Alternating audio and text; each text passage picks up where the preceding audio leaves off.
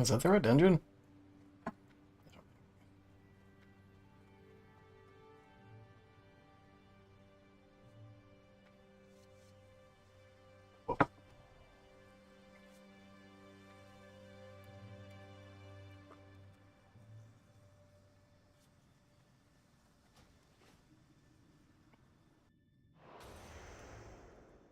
Alrighty.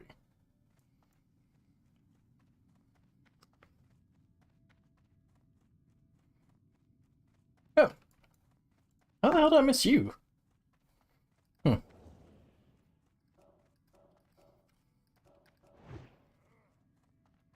I wonder how this will work. Stay tuned to find out in the next episode. I'm probably gonna get killed by that guy. I've already killed everything else here. I didn't know he was there. That's so weird.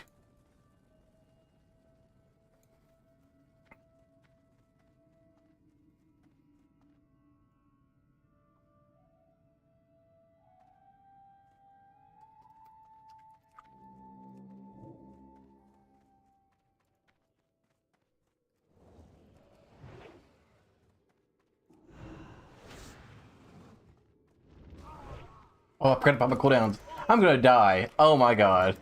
I forgot to pop my cooldown. I might as well just gonna restart the instance at this point. I'm not a smart man, but that was really dumb. That was stupid. But yeah, I gotta pop like all these cooldowns. I was like, I need runic power. Let's get runic power. Oh my god, that is just ridiculous. I don't like the pull anyways. But dang, dude. That is just embarrassing. Alrighty.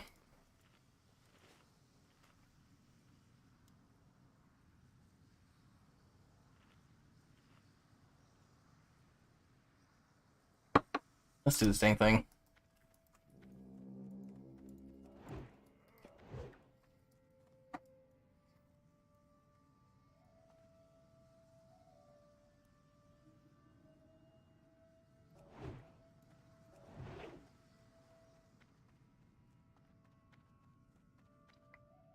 I can't believe that.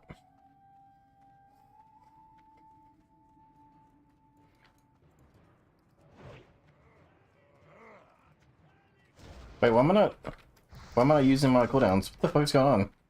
Dude. Oh, still on cooldown from the last round?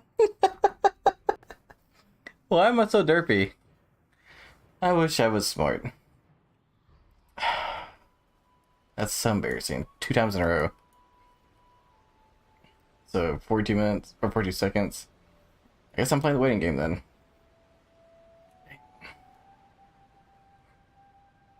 I just embarrassed myself 2 times on stream as soon as I started the stream. That's gotta be a record. The stream's only been going on for 30 minutes, technically 4 minutes. Holy crap.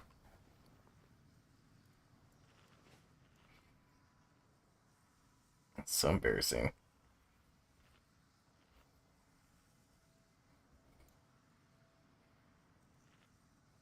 Alrighty.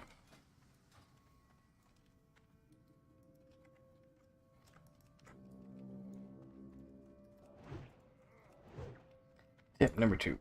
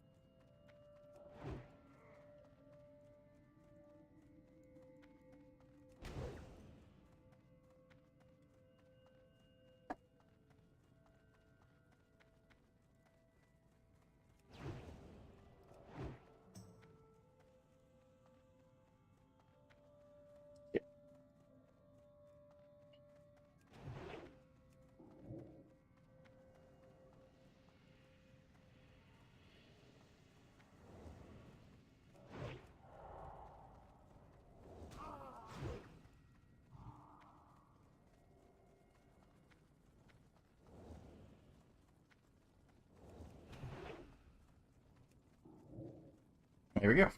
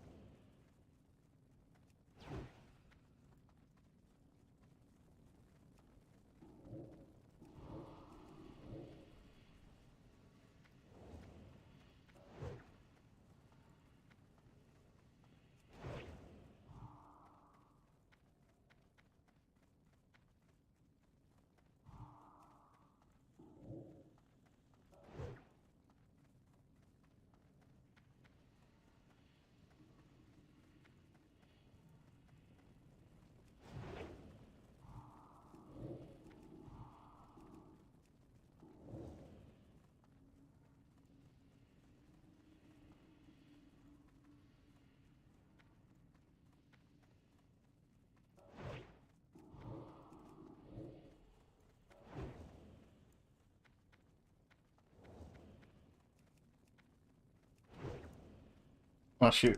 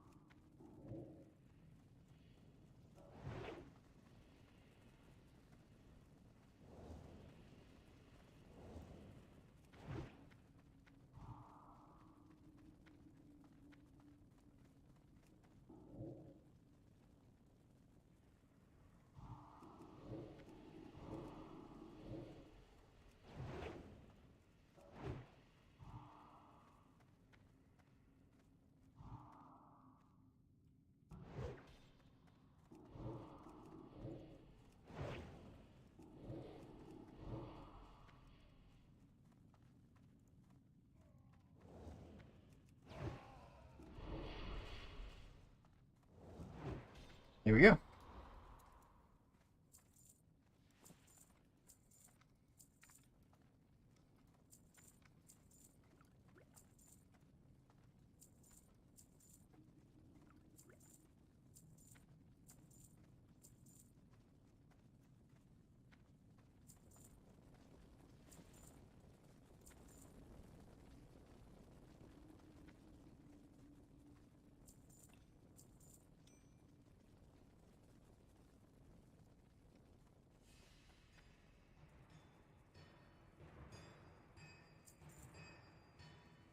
Alright, do the thing. It's a little. It's definitely over 2 minutes for that pull. I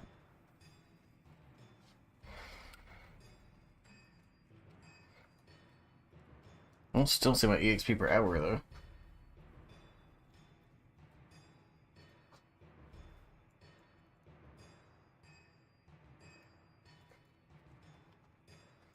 Don't see it.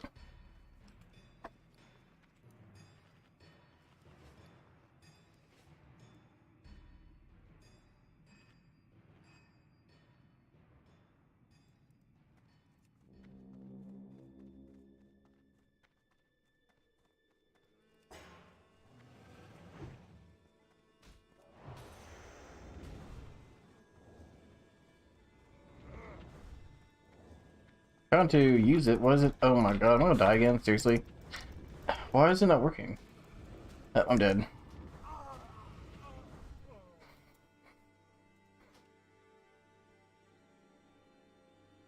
How much running power do I need? 40 running power.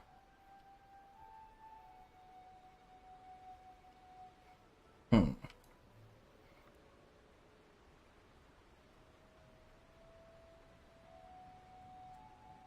How am I supposed to generate the running power? Can't take enough guys. Maybe I gotta take the room slower then.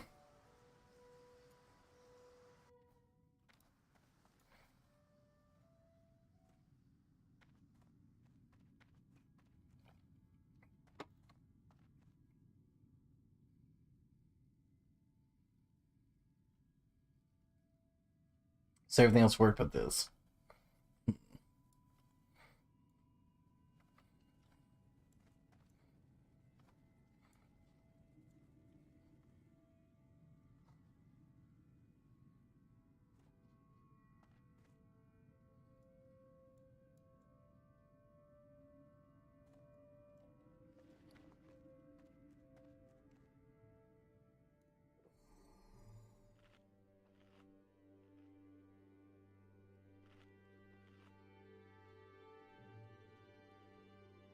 Oh, play the waiting game.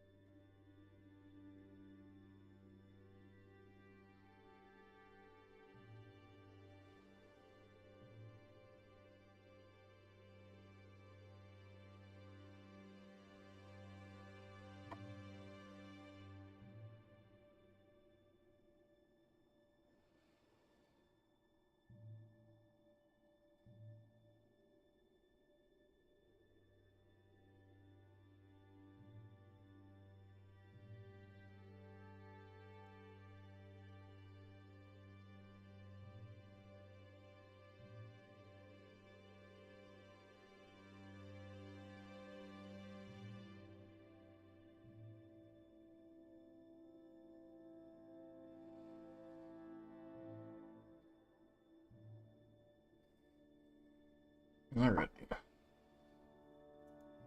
Let's try to do this dang thing.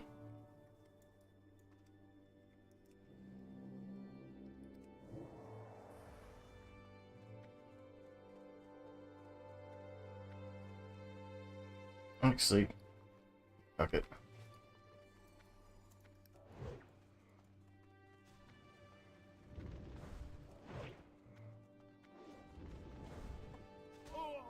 I'm gonna end up dying. I'm gonna end up dying.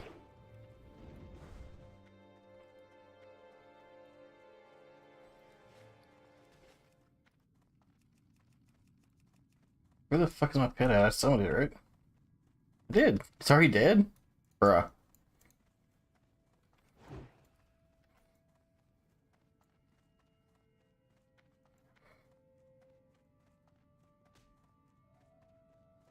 I'm 20 seconds away from being able to use a potion, so that's good.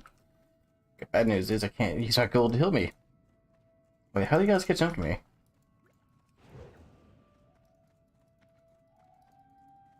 Seriously, what the fuck? Huh. Hmm. Interesting.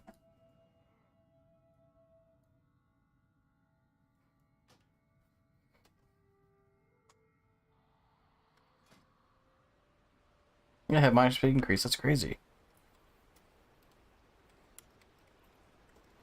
Why don't they buff them?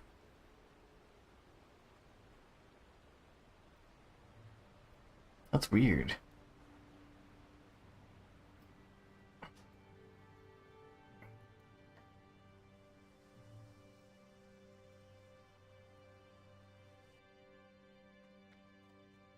I'm really confused. Like, really, really confused.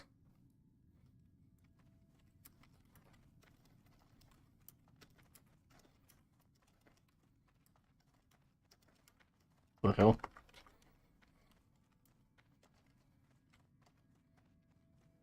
There's no general area. What the fuck is this?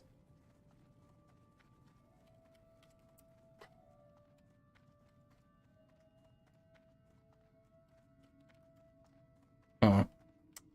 Interesting. Interesting. I'm like really confused right now.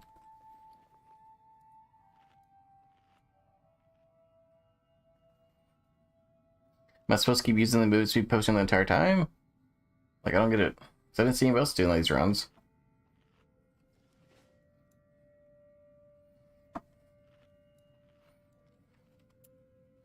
Hmm.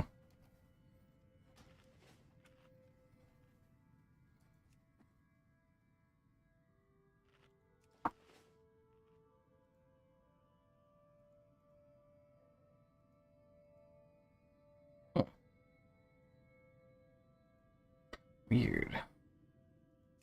That's like the only one I can opt in and join. Weird. Okay. Guess I can't solicit help from the people around. Ellie makes you leave. Weird. Weird. Okay. Huh.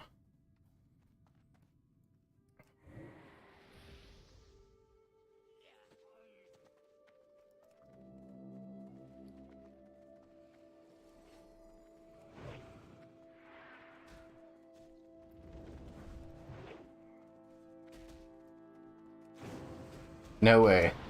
No way. You seriously just slow me down? I'm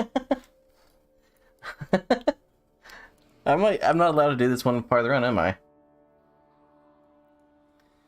Huh. Alright. I'm just going... Oh, no. I should try one more time, right?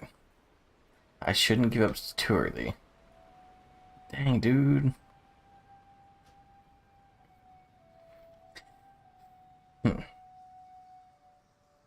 That's wild.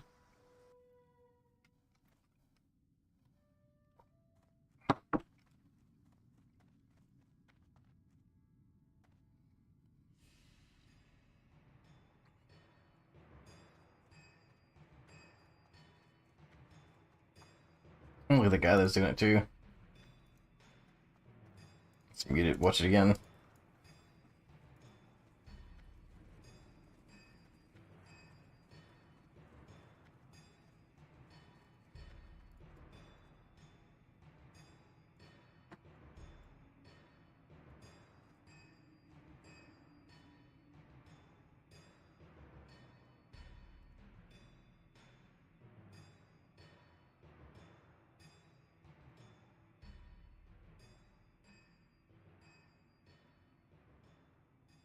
Yeah, this prospect when goes in there, he pops his ghoul. He goes over there, and he does the one thing that I try to do, but I don't have enough ring power for. But he's faster than the Drakes. I don't understand why. Okay, so he still has his... Okay, he no longer has his movement speed up. So how does he stay faster than the Drakes?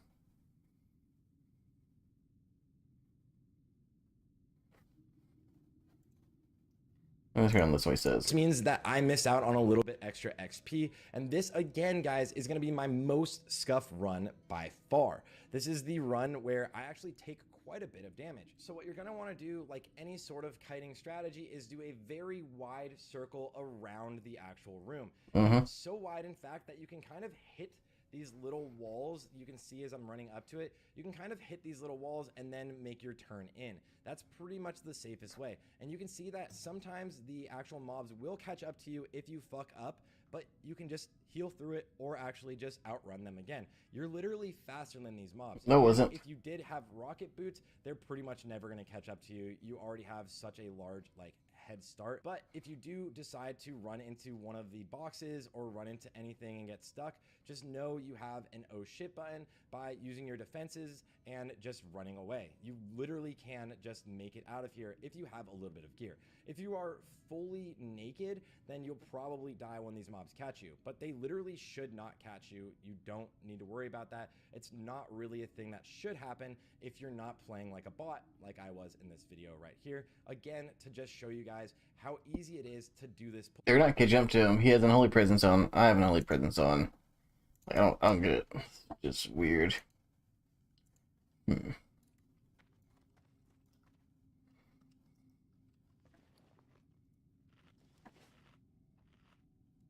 I'll try one more time.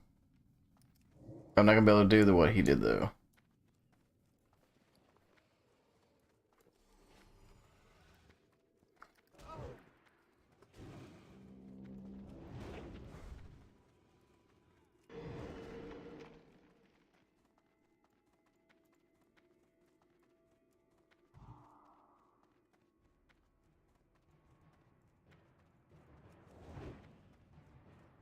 Let's see if I make something happen, Kevin.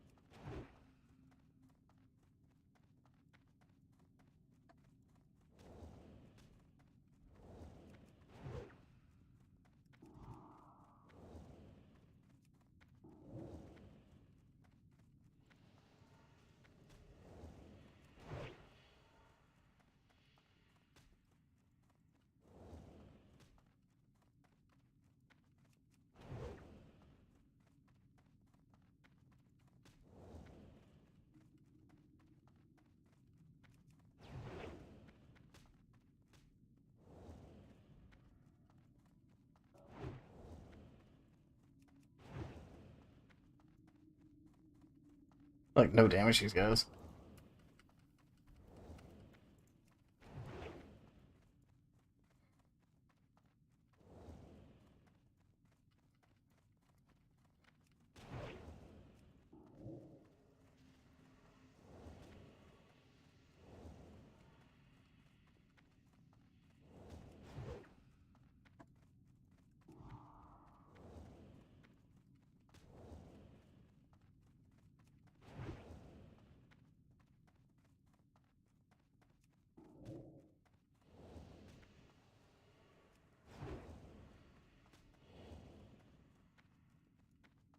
Well, it seems to be working so far for me.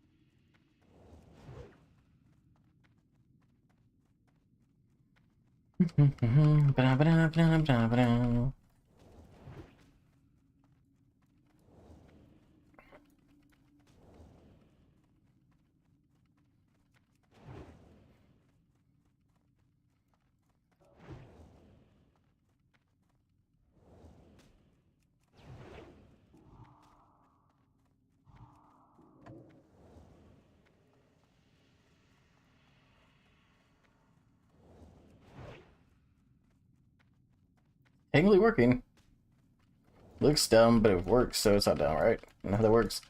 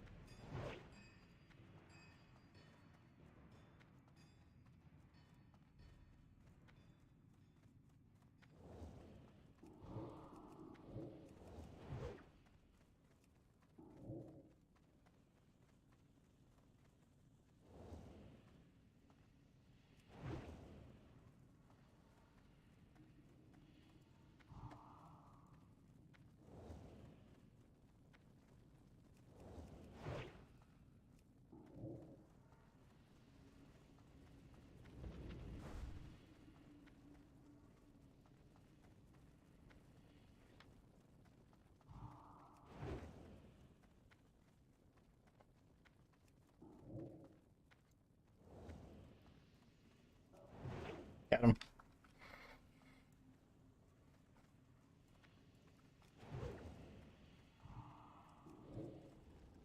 It's gonna hurt. It's gonna hurt. God damn, it hurt.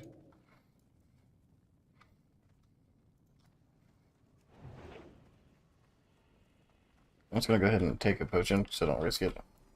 Why die now, right?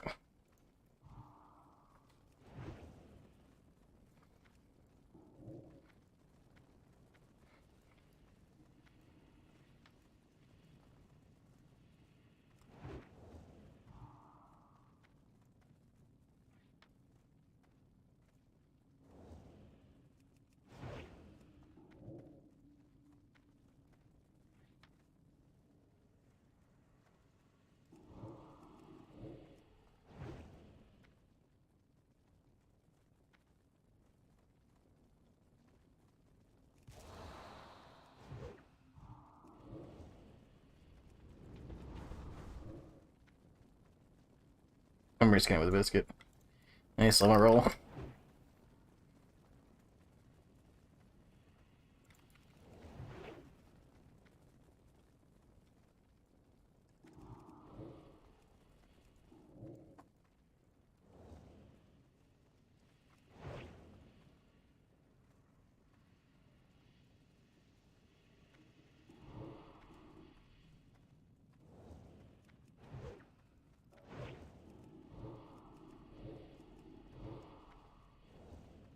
If I get killed by this, I'm gonna be so mad. Very close. A for effort, my dude. A for effort. You tried.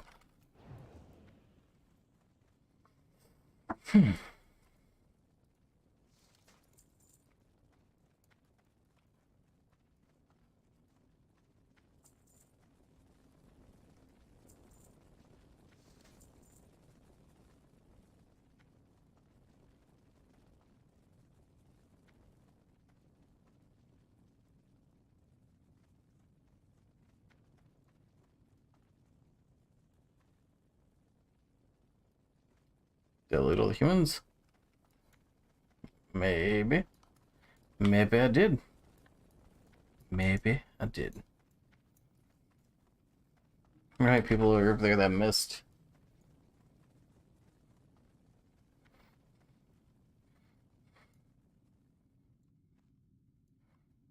Okay, so there's one dragon. And maybe two dragons. And dragon handler, okay. That's what I'll do. I'll pitch up on those two. If you get sketchy, I'll run out. Particularly those three.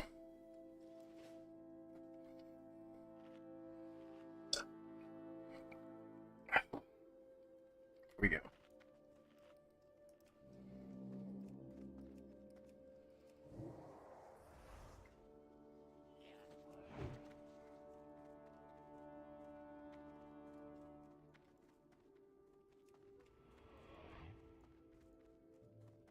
Shit, wrong button.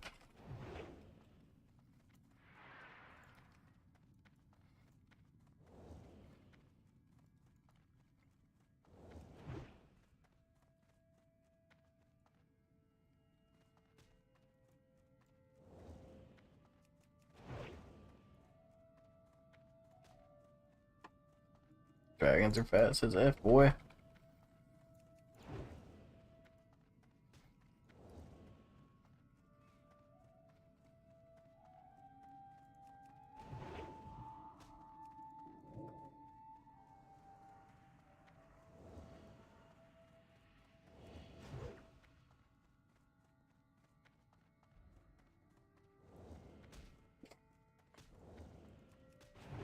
They're hitting me, that's for sure. Oh no, oh no. Not like this. Not like this. Fucking hell. Are you serious? Wow, well, that's fine. I killed most of them. I'm okay with that. I can take that loss. I can take that L. Alrighty.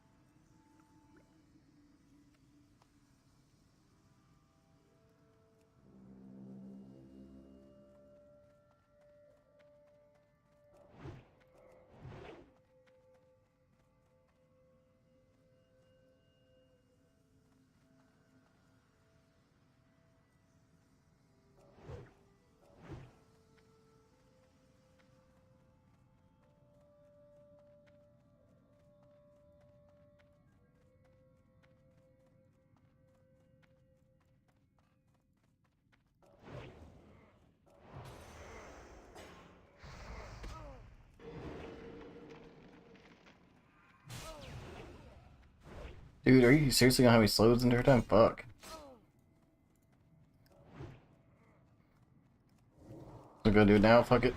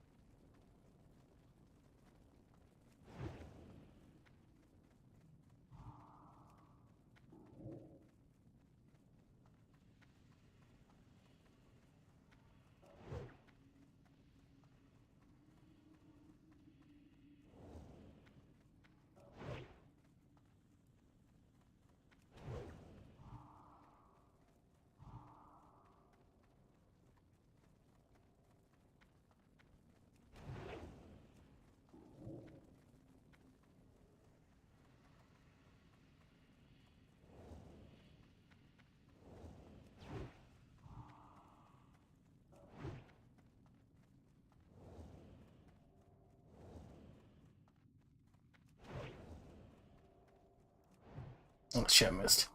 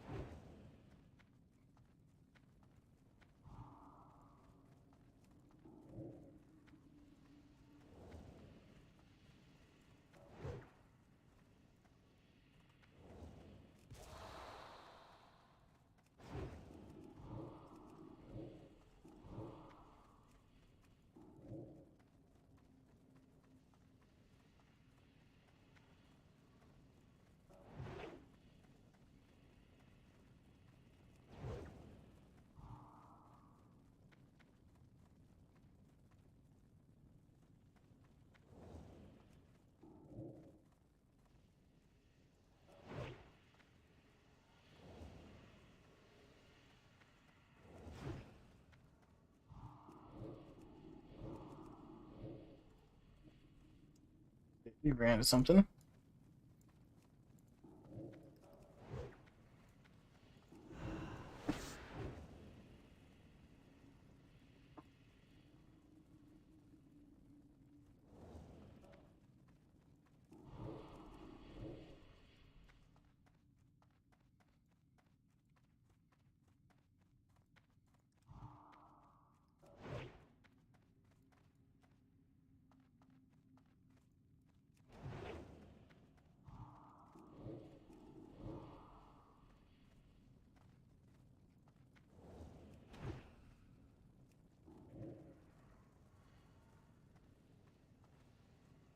Hello there, sir.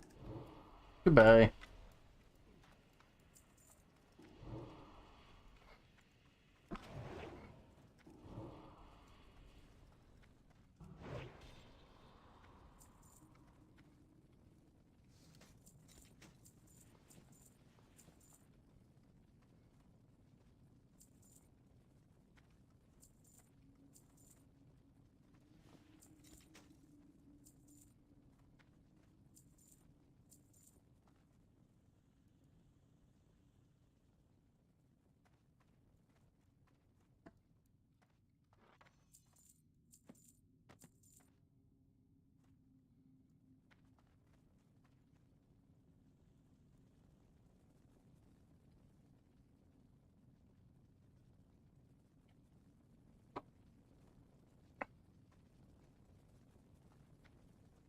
I guess it's everybody. Alrighty.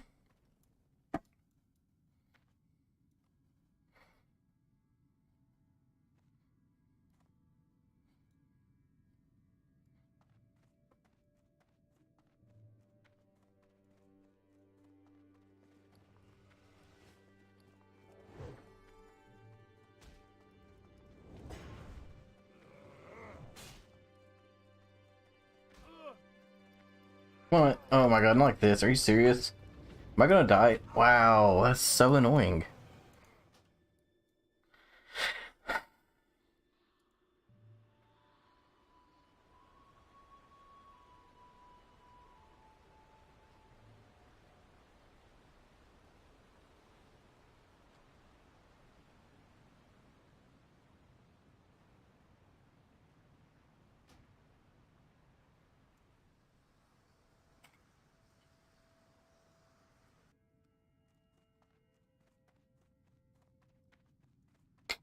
Wait, what? How the fuck?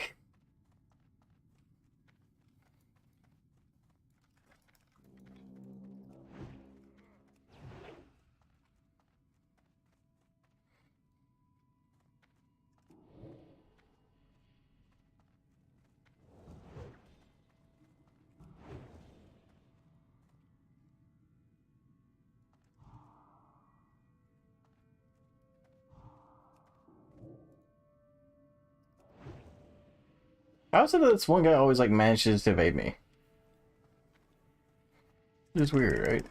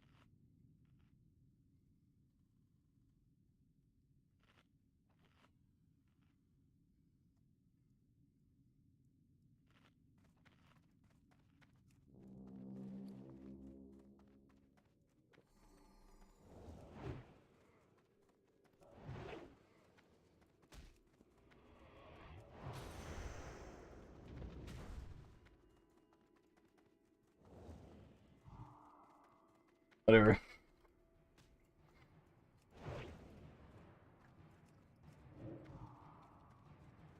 Come on. Sacrifice the ghoul. Dude, seriously? Oh, what? Bruh.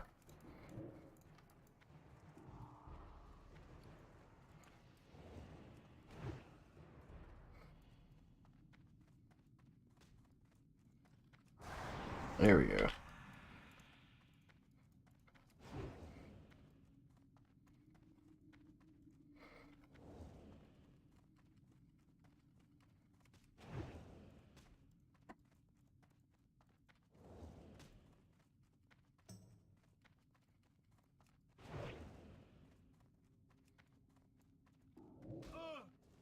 Fuck off.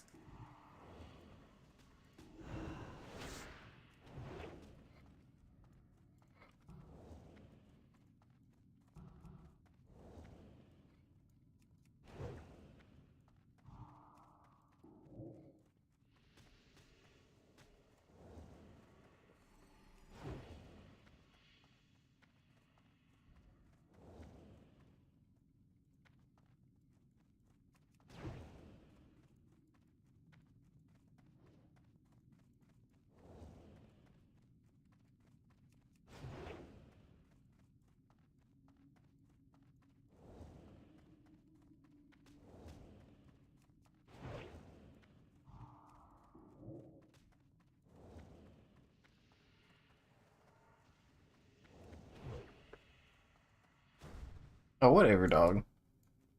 You just fucked up my path. How dare you?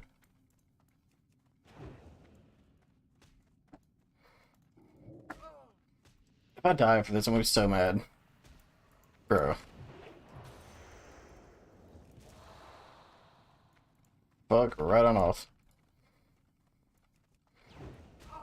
Wow, am I seriously gonna die from this? Bro.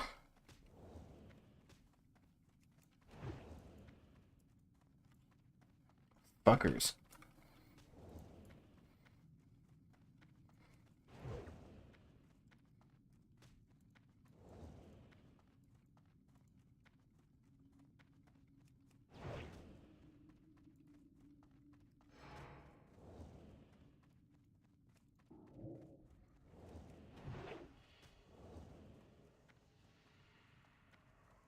I have no health.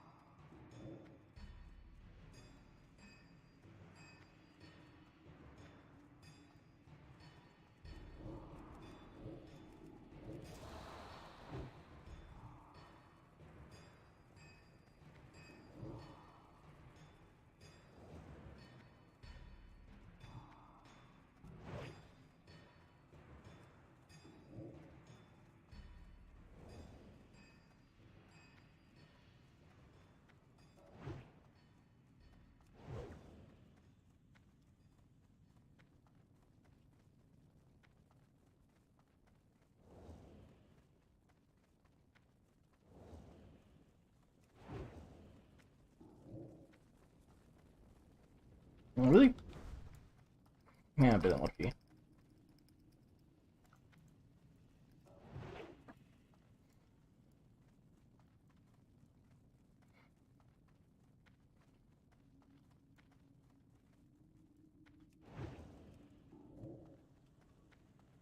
Don't you dare fucking hit me.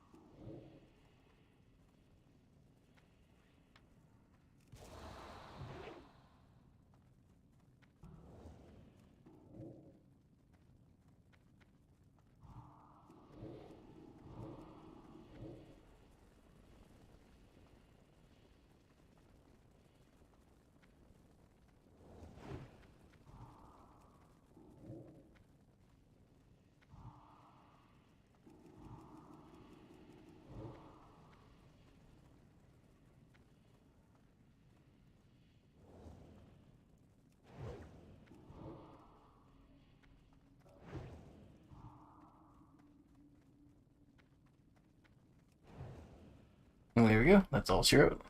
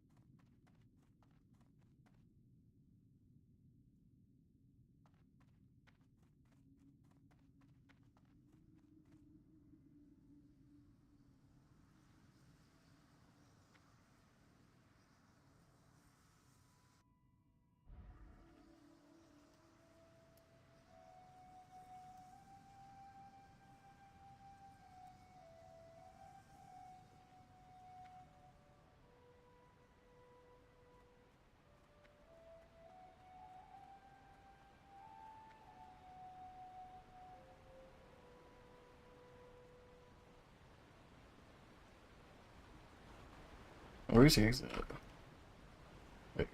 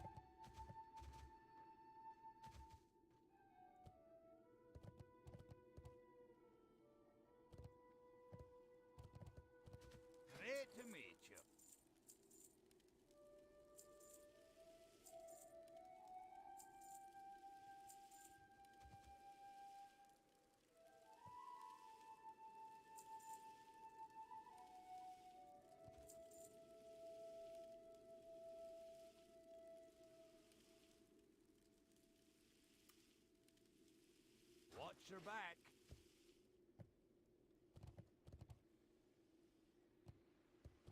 What can I do for you? See you later.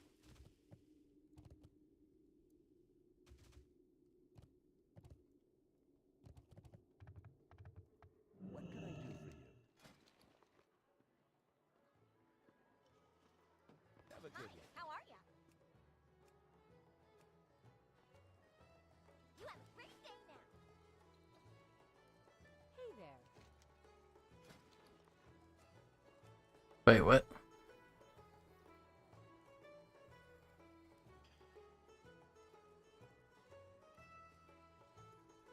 Not the foods I was expecting to get.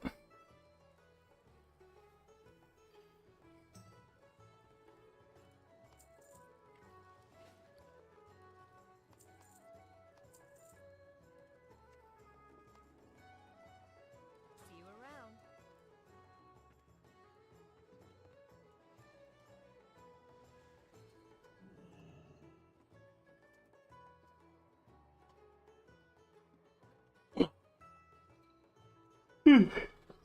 It's warm.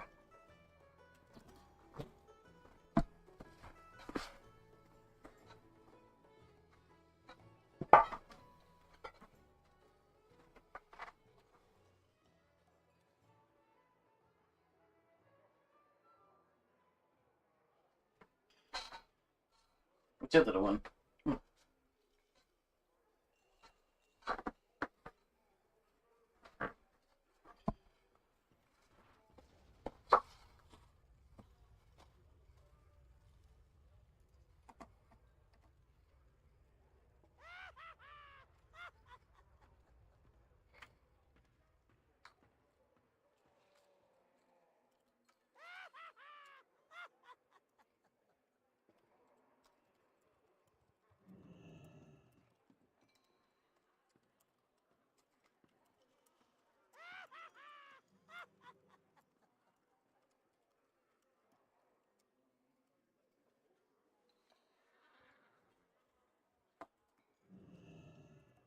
Alrighty.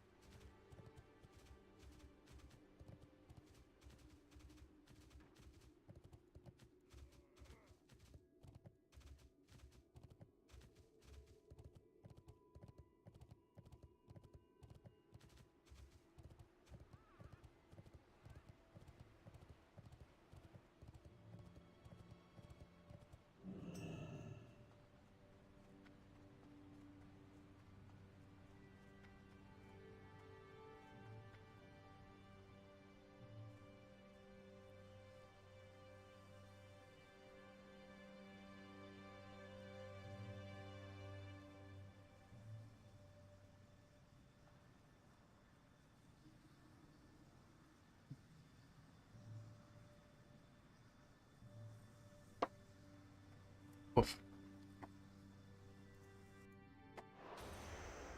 Need some to listen to.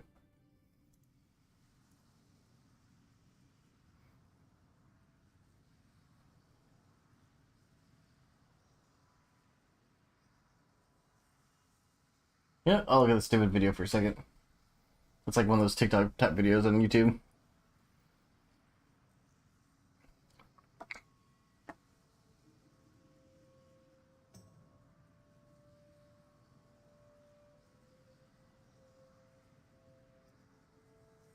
The Batman's plan to eliminate all... Okay, that's really loud. I gotta turn that shit down. There's only on or off. Good job, YouTube. You're fucking up.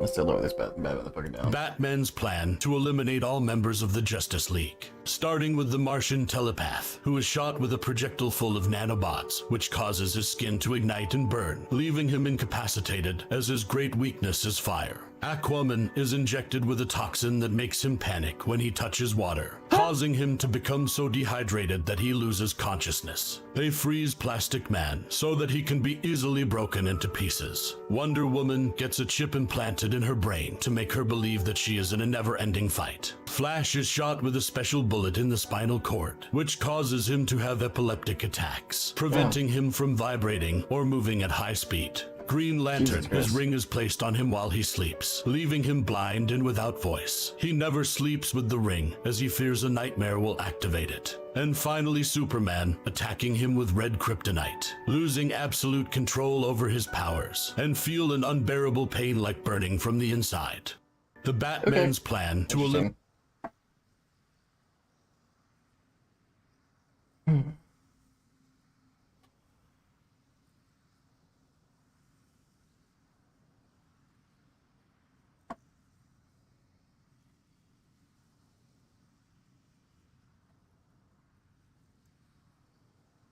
When it comes to some of the biggest games of all time, it's kinda hard to look past Rockstar's Grand Theft Auto series, and there's a reason why so many people look I at it on there. forgot to reset.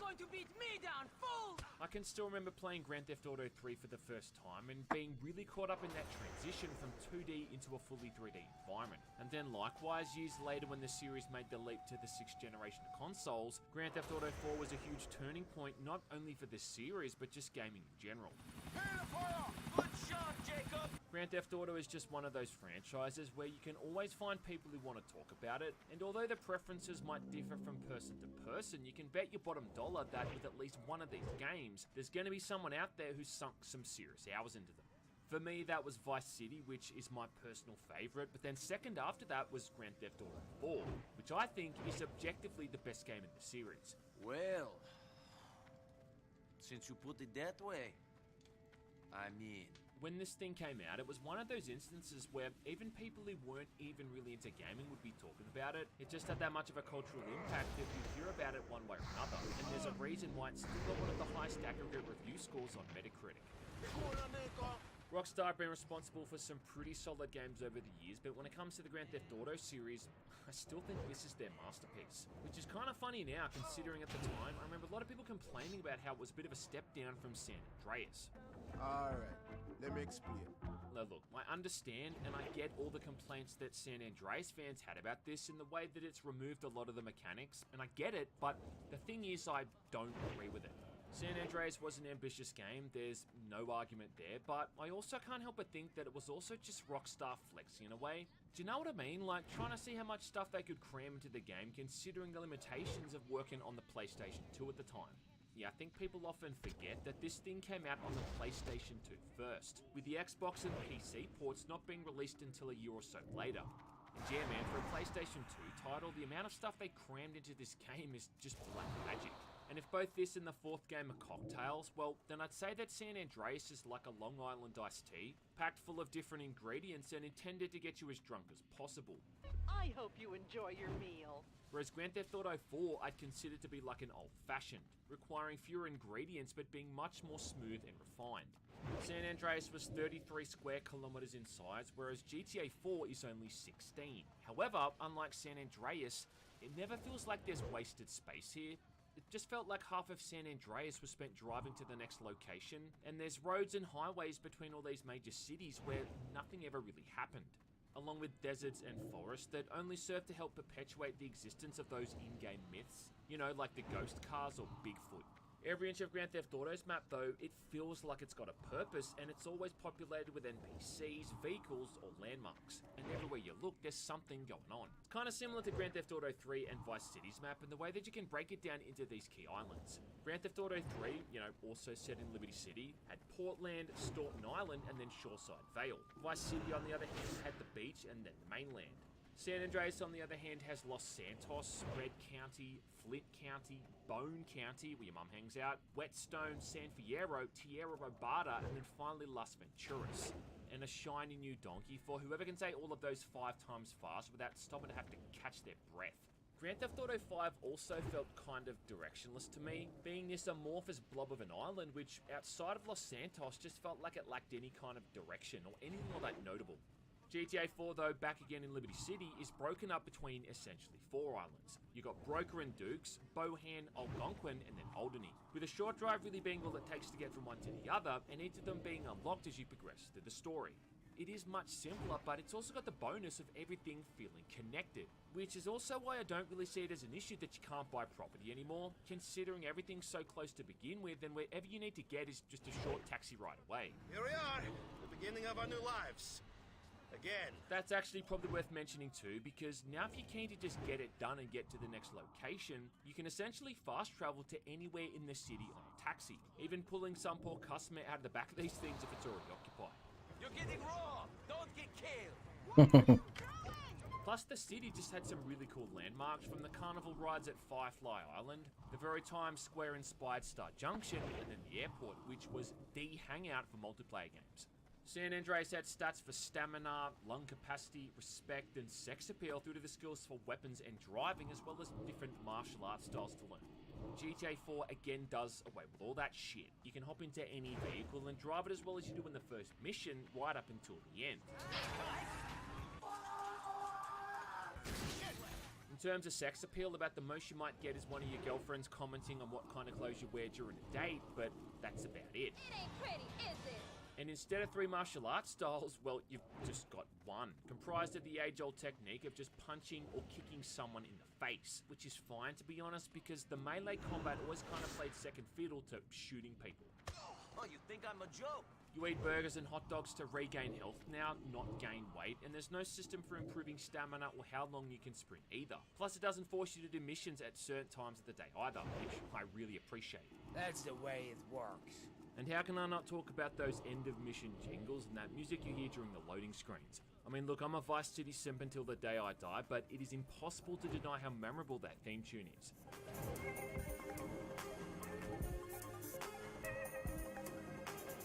But what I appreciate even more than that, though, is the streamlining of all the weapons. This time around, compared to the 38 weapons in San Andreas, this time you've only got 16. But it's a much tidier collection, and you'll use pretty much all of these at one point or another. I look at it again in the sense that every weapon has like a basic, but then a more effective variant. So your first weapon's going to be a semi-automatic pistol, but then later on, you'll get the Desert Eagle-inspired combat pistol. The Uzi's eventually replaced by a more effective submachine gun, the shotgun with an auto shotgun, the AK with a carbine rifle, and a bolt-action sniper rifle with a semi-auto version. And of course, what would a Grand Theft Auto game be without an RPG?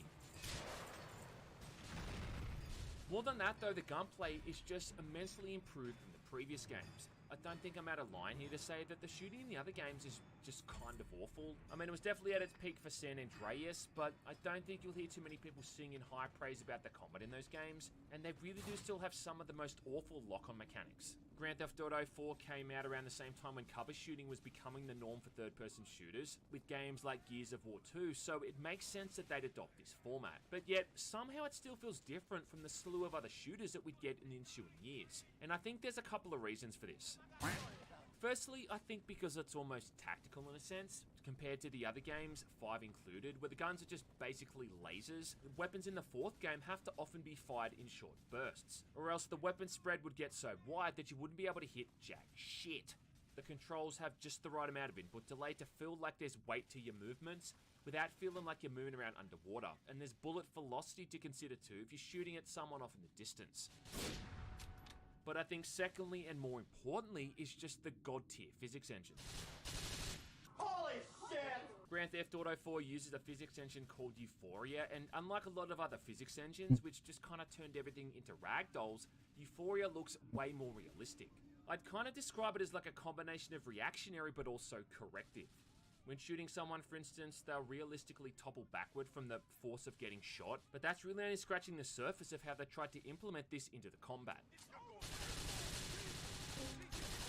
Early on, they showed off really well during a mission where you got to like steal a car, and the poor owner either has his hand caught in the door or is just too dumb to let go. Either way though, watching this guy get dragged across the road as you're trying to drive off just looks awesome. And it's something that carries across to almost every single aspect of the animation. What I think makes it really impressive though is how the physics are trying to correct themselves. So if someone's shot or knocked over, well, they'll eventually try to regain their balance.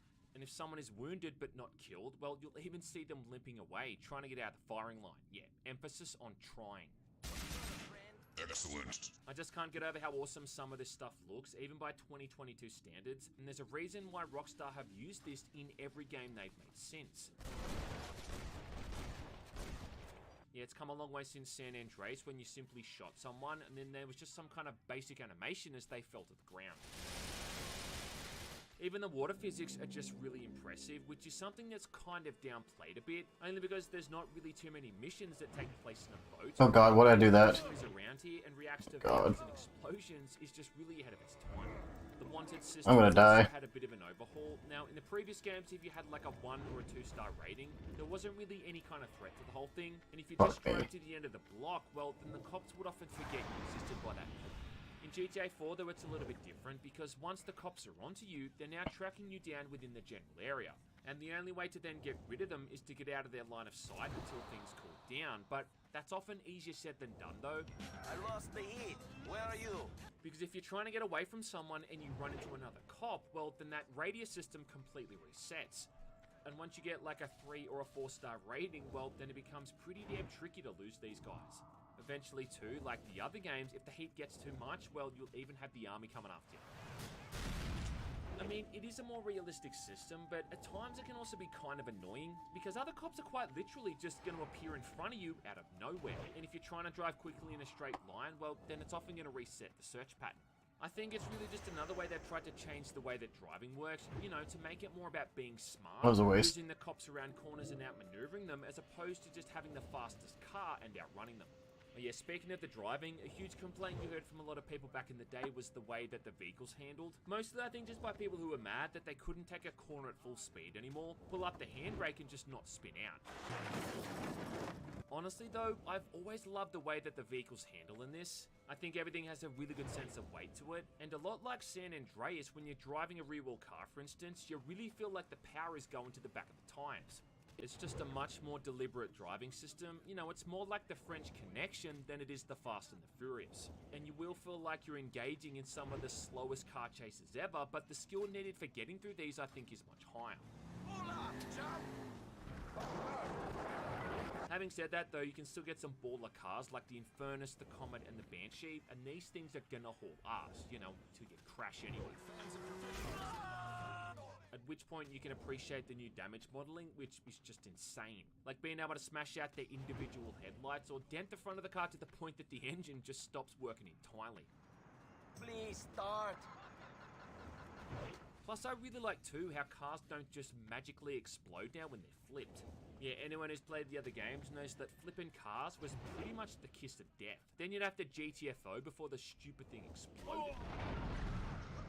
Thankfully, this doesn't happen anymore, and unless someone puts a bunch of rounds into the fuel tank, it takes a lot more to make these things blow up. That's a good thing. You can even swap now between normal and full beam headlights, you know, if you really want to, and even wash the cars if they get too dirty, which I've got to be honest is a bit of an unnecessary feature, but kind of shows how Rockstar tried to take every full advantage they could to make this game feel like next gen. This is also the first Grand Theft Auto game that made me look both ways before crossing the road. And compared to the other games where getting hit by a car just knocked off a few health points, here though it can pretty much outright kill you. That was naughty. I can't believe we ate all that crap. As will Supermaning out of the driver's seat if you crash, because apparently no one ever taught Nico what a goddamn seatbelt is. But you know what? In reality, that kind of makes sense. I mean, if you're a criminal carjacking innocent civilians and getting into high-speed chases with the cops, well, you don't really want to be fumbling around with the seatbelt if you've got to get in and out of your car really quickly. But look, I won't pretend this whole thing is perfect, and you'll definitely see those instances where a vehicle has a mind of its own and the physics start to shit themselves, but it mostly still stands up to modern standards. And it's a bit of a testament to the black magic that Rockstar managed to pull off with this engine. However, none of that really matters if there's not a good story to back the whole thing up, and I do think that this is probably the best story in the entire series. What starts off as a story about a man just coming to Liberty City to start a new life and chase the American dream turns into an outright crime epic. Who are you working for? My cousin, Roman. Goodfellas, Once Upon a Time in America, Scarface, Grand Theft Auto 4. Hooray. And what I've always loved about this is that it's just a game that feels like it's getting back to its roots. That being playing as a completely new character, being paid by other criminals to do the wet work. Seems this guy does not respect the waste management business. Well, this city is one big open sewer, but I'm gonna need some non-union help. And at the end of the day, that's all I ever really want to do in a Grand Theft Auto game. Is that so? I mean, I appreciate where they tried to take the story in the 5th game, but the plights of a has-been heist man getting cucked by his wife's tennis coach or an edgy psychopath trying to push meth in the LA desert is just far less interesting to me than the struggling underdog is. It's kind of why I've always thought that Franklin should be the one and only protagonist for the 5th game. You know, at least to keep it consistent with the playable characters in these stories, always being niched down on their like nobodies, with Lint being the only thing lining their pockets. Screw you, you idiot! When Neko first arrives in Liberty City, he's broke as a joke and helping out his cousin Roman for a little bit with his struggling taxi business. See, not everything I tell you is bullshit. I bet most of it was.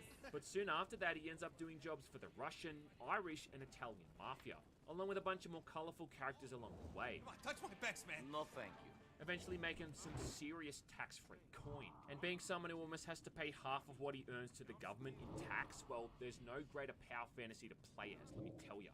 Alright, I bet you're gonna rock that look, bro. Although a lot of these characters are scumbags and soon dealt with accordingly, there's still some really likeable characters here, and even the ones that aren't that likeable are still memorable. Especially the bad guys, most of whom I don't think get enough love when it comes to convincing assholes in fictional media. Shut the fuck up! My fucking wife is watching television! Good lord. What are you doing? They've evolved past just being caricatures, and they all seem much more realistic, which is probably helped by the increase in quality for all these cinematics. Nico as a protagonist is really about as neutral as they come, and that's part of what makes the guy so likable and relatable. The guy turns down alcohol and drugs throughout almost every single story-based mission, and rarely does he ever force someone's hand outside of events involving Roman. Nothing like a bit of sarcasm when someone's got you by the balls. Every single major decision this guy makes is handled by the player, putting them in control of the kind of person that he's going to be. So if he executes key NPCs during missions, well then that's on the player's hands. Compare that to Trevor, for instance, in Grand Theft Auto 5, where you really felt like you were just sitting in the cockpit of this murderous psychopath, doing the kind of things that even a 14-year-old edgelord would probably be embarrassed by. More than that, though, is that Nico is written to be a funny, genuinely funny guy at times. Sorry. Some of the dude's reactions to the crazy situations he finds himself in are just hilarious. You'll be the bad boy, Mr. Barker. And the boss is not happy. Oh no, I shit my pants. Not yet, but you will. Yes, and for an annoying dick, you're really an annoying dick. Thanks, Nico. Thanks a bunch. Is that better? Much! You think it's okay to kill my employees? If he is an asshole, yes. Easy. I think it'll be a bit more taxing than hanging with Manny on the streets. Not so.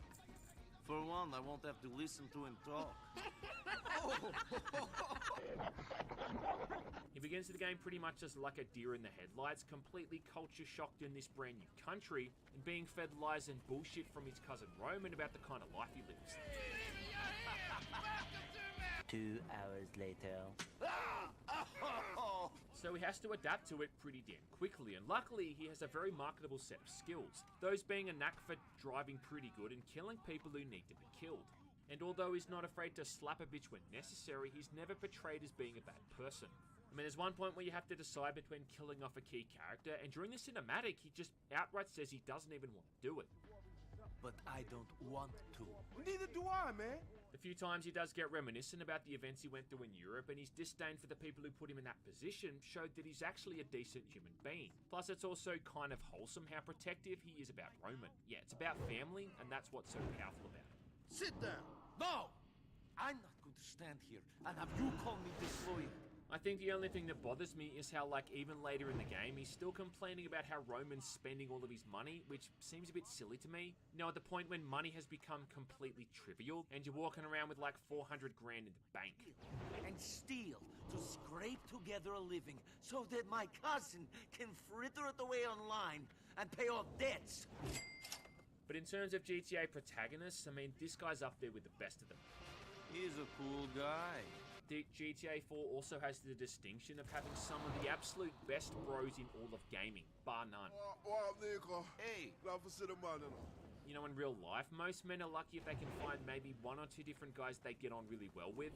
I'm talking someone who is always on the same wavelength as you are. They know what you're thinking, what you're going to say, and they have the same taste in movies, TV shows, and alcohol. Someone like that with that many shared interests is what you call a bro, right? And GTA 4 has at least 5 characters who feel like they could be bros. Hey man, did you just call me? No, man. Must have been someone else. Yeah, must have been. You've got Little Jacob, Brucey, Dwayne, Patrick, and of course Roman. Nico, it's your cousin. You want to shoot some pool? And if someone in a video game is the type of person who you'd want to hang out with in real life and get a bunch of beers with, well, then I consider that good writing. Next time, I will try and win. Little Jacob, for instance, is ride or die with Nico pretty much from the moment you meet him. Bruce is a juiced up beefcake, but he's never anything but super cool. And that guy's alpha male mindset is hard to not appreciate. Hey, be careful, man. I heard that stuff does funny things to your balls. Even Packy pretty much welcomes Nico right into his family. And by the end of the game, is almost like a brother to him. Maybe if being a drunkard doesn't work out, you can be a comedian. Fuck off! Yeah, and speaking of brothers, you've got Roman. And I know that he and Nico are cousins, but there's like a bond there that becomes almost like siblings. I just did. It's good to have you here. You end up working for almost every single male member of his family, even deciding the fate for 2 of the brothers. You can date Packy's sister, Kate, who is one of the few genuinely good people in the game. And the amount of self-control she has to not jump Nico's bones is just astounding. That's my ma. Nice to meet you. Hi. And this is my sister. Lovely lass, scared to bits of life. You actually end up caring for these characters and what happens to them. And again, I think that's part of what I didn't like about Grand Theft Auto 5, was that I just didn't really care about any of the people that I interacted with. Michael and Trevor, for instance, felt more like the type of people you'd be doing missions for in any other Grand Theft Auto game, you know, instead of actually playing as them. And hopping into the shoes of both those guys, along with Franklin, who, like I said, should have been the protagonist, just kind of felt like it watered their stories down a bit too much. Grand Theft Auto 4 focuses primarily on Nico and the relationships he has with all these characters. And on those times when they call you up and they want to hang out, because I like them and I'm engaged, I always end up dropping what I'm doing to go off and chill with them. Hey man, it's me. Let's play darts. There's also an endgame to hanging out with these guys, because the more they like you, you'll end up unlocking benefits to each of them. Little Jacob gives you access to this discounted armory in the back of his car, meeting you nearby to sell you a veritable arsenal of weapons with just a phone call. Isn't a star. And Roman will send out a free cab to meet you at your location and drive you anywhere you need to go. It's almost kind of like Uber before Uber was even a thing. It's also a system that carries over to the girlfriends that Nico can date. Yeah, again, another example of this game condensing things down from San Andreas, with only 3 side bitches to manage. And these girlfriends come with their own rewards as well, like restoring your health or getting rid of your wanted level. Hey, Carmen. I'm not feeling so good. What can I do to get better? Poor baby. Just apply pressure to any wound. Call Carmen later, okay? Thanks, Carmen. I'm starting to feel better already. Power up. These are also some interesting characters in their own right, like Carmen, the cock-hungry nurse who talks about herself in the third-person perspective like she's Jimmy from that one episode of Seinfeld. You want me to come inside with you? Carmen wants you in here. All right. Jimmy down! I do think the dependency these characters have on you is kind of overstated. I mean, I've seen people going on about how clingy these guys are, as if they're like an actual domestic partner or something, which I've got to say is just bullshit. Because outside of scripted moments where these guys call you during missions, it's really not that common for them to call you to want to hang out. And I mean, shit, man, I wish my friends in real life call me up as much as these guys do. Nico and Roman, we should go and get drunk together. Plus, if it really bothers you that much, I don't know, just put your phone in-game onto Do Not Disturb, because yeah, that's just one of the many quality of life features that this game has. This isn't a good time, Roman. I got another type of shooting on my mind. And that's the key word here, life, because playing Grand Theft Auto 4 really does feel like you're taking part in this living, breathing world.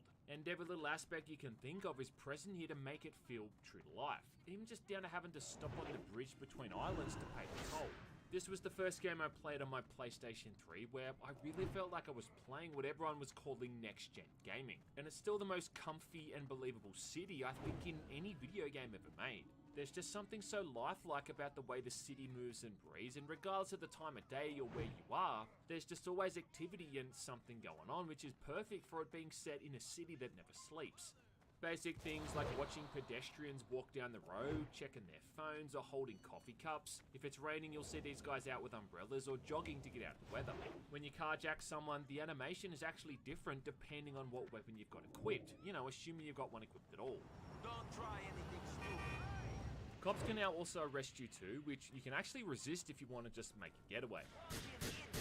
One of the most immersive things you can do is just hop in a taxi and sit there in the back seat, gazing out the window as it drives around the city. And there were times when I'd do this and leave my console on, you know, for background noise while I cleaned my room or did something else around the house. Yeah, this was in the days before those 12-hour-long ambient clips on YouTube. The radio stations don't really hold a candle to Vice Cities, which, let's be honest, is the apex of the series even to this day, but it does a good job of capturing the era that it's set in. When you switch a station just as Kanye West is coming on, you know, back before Kanye went fucking crazy, or swap to the jazz station as Chet Baker drops, well, it's a pretty damn good vibe.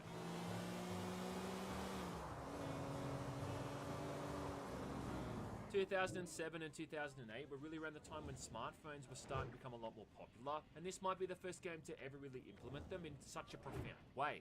Mostly just used to call your buddies, but also used for exposition when someone needs to call you to spout off a bunch of dialogue. It's a seamless way to integrate new and important information into the game without removing the player from the world itself. Yeah, my eyes can't see, the heart can't leave at them. Now come with you. Where's the place?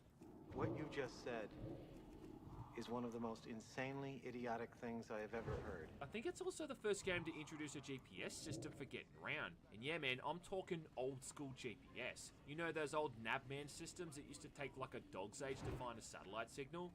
I once drove from Sydney to Adelaide with one of these things and it died about halfway through the trip, forcing me to pull out the old street directory to find the rest of my way.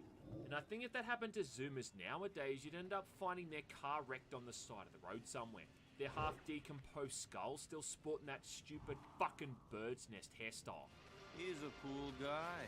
You can also stop off at any of the internet cafes around the city too to log onto the internets and check your email, not to mention downloading ringtones and text sounds.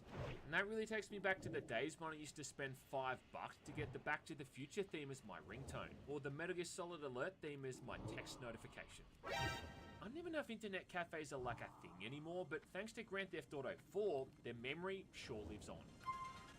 It's just such a detailed city, and I feel like every time I go back to replay this thing, I find something new that I never knew existed. Like, I only realized on my recent playthrough that if you take too many photos of the girls at the strip club, you know, even for scientific purposes, well, it pisses off the security guards. It all looks about as good as you'd expect an almost 15-year-old game to look, I suppose. Visually, it's kinda hard to quantify, because the GTA games have never really been known for having amazing graphics. Even for the time, I think Grand Theft Auto 3 and Vice City were far from being the best looking games on the PlayStation 2. And by the time they finally hit the PC, well, they were just outright dated. I still think Grand Theft Auto 4 looks pretty good all things considered, though it's definitely been a series that's more about the style and the aesthetic over being like a visual juggernaut. This might be one of the first games to really popularize the whole super realistic graphics trend though when it comes to graphics mods, and you can still find people to this day going back and installing mods and E&B tweaks to make the game look more true to life. It also comes from that weird era in gaming where everything was intentionally trying to be like grey, brown and muddy, you know, to make the whole thing seem more gritty and lifelike, because apparently the real world only has like 3 or 4 colours as well. It does work in that regard, I suppose, because Liberty City was always supposed to be the kind of place where good morals go to die, and the harbour of the bay is no doubt lined with dozens of people wearing cement shoes. On the PlayStation 3 and the Xbox 360, Grand Theft Auto 4 is always locked around 30 frames per second, and the PC port needs a fair bit of buggery to get it above that. So I think the best way to experience it now is on the Xbox Series X, which gets it running at almost 60 frames per second almost all the time, even if it still won't change the fact that you're playing an early 6th generation console game. What I think is most noticeable going back to play this though is that sort of cheap like depth of field effect that they try to use here, where objects close to the player are sharp and in focus, but then everything off in the distance is all kind of blurry. And this whole thing's been done, I think, to try to emphasize the scale of the city and to make it seem bigger than it is, which I guess does work and is no different to how fog worked in the other games, but it does mean that at times the visuals can kind of look pretty crappy. And outside some of the main characters, you're going to see some really dated looking character models. Hooray. This engine got a lot better looking the more that Rockstar used it, and I think that Red Dead Redemption still looks phenomenal. And eventually, even when Grand Theft Auto 5 was released, well, that was a bit of a looker for the time too. But as for this first iteration of the engine, well, you can definitely see the cracks here and there, and the image quality is definitely lacking. But I still think it holds up for that one basic reason. It has soul. You know, soul is a valuable thing. What should go by as the pendulum swings. And it doesn't matter how old a game is, man, soul is timeless, you know? And Grand Theft Auto 4 is just covered in it. It's practically dripping with the stuff. Let's get the fuck out of here, homeboy! It's kind of hard to properly explain what soul is, but I think the best way to describe it is when every single element comes together to create a truly engrossing and powerful experience. In this instance, it's because you really do feel like a criminal living in this organism of a city that always exists around you. From wearing crappy Russian import clothes at a dollar store to wearing swanky suits and working for the elite of the elite, you never feel disconnected from this journey.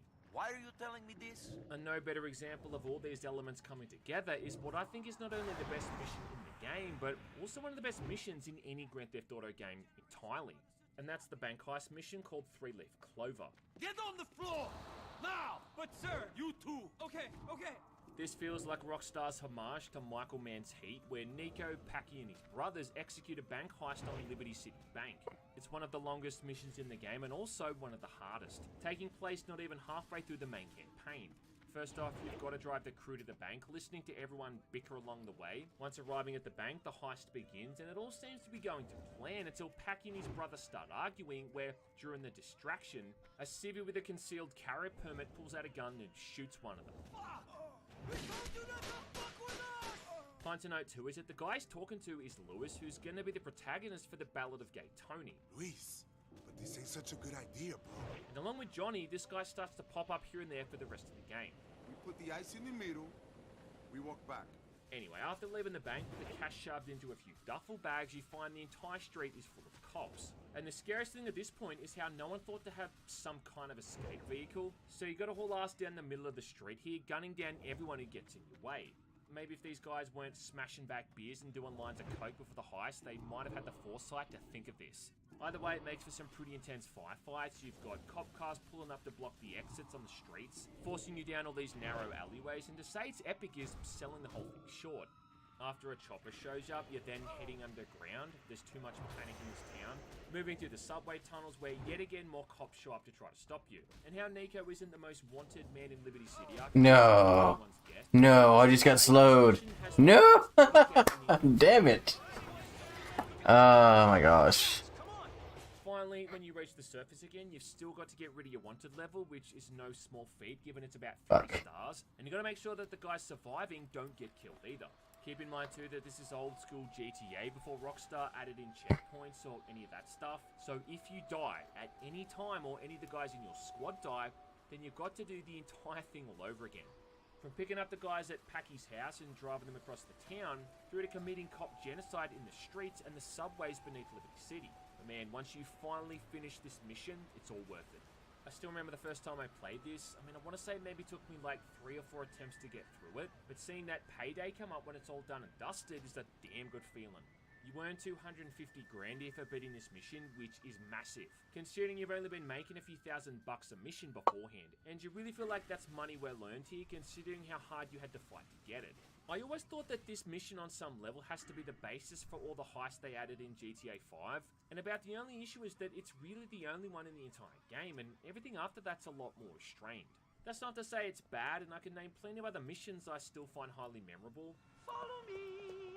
I think that shootout to try to rescue Roman from the Albanians is really fun, and that whole saga about kidnapping the Mafia Don's daughter is also one of the most entertaining. When my daddy hears about this!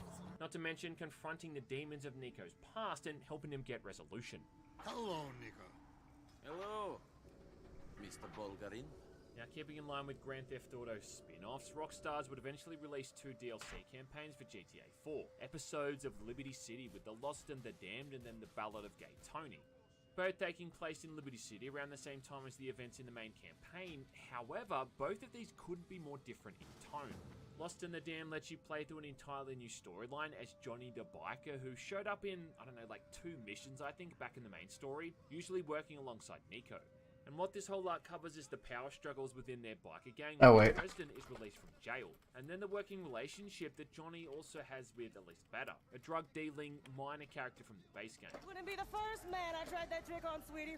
The only thing is, whereas Grand Theft Auto 4 had 30-odd hours to build and develop all these relationships and dynamic between all these characters across a lengthy campaign, here the DLC attempts to do that in a fraction of the time, and it doesn't really succeed. The story starts with these complete strangers established as being really good buddies with Johnny, which is fine, but that's not the relationship that the player has with them. And Johnny's former brother-in-arms, Billy, who gets released from prison during the opening, is unlikable from the get-go. So, Johnny boy, where's my bike? And instantly starts forcing these guys to do all these kinds of dirty work. We lift this shit right now, and every deadbeat on the East Coast is gonna come after our chapter. So right off the bat, you don't even give 2 shits whether this guy lives or dies. I put some mescaline in with the weed, Dave. So I'd be very careful if I were you.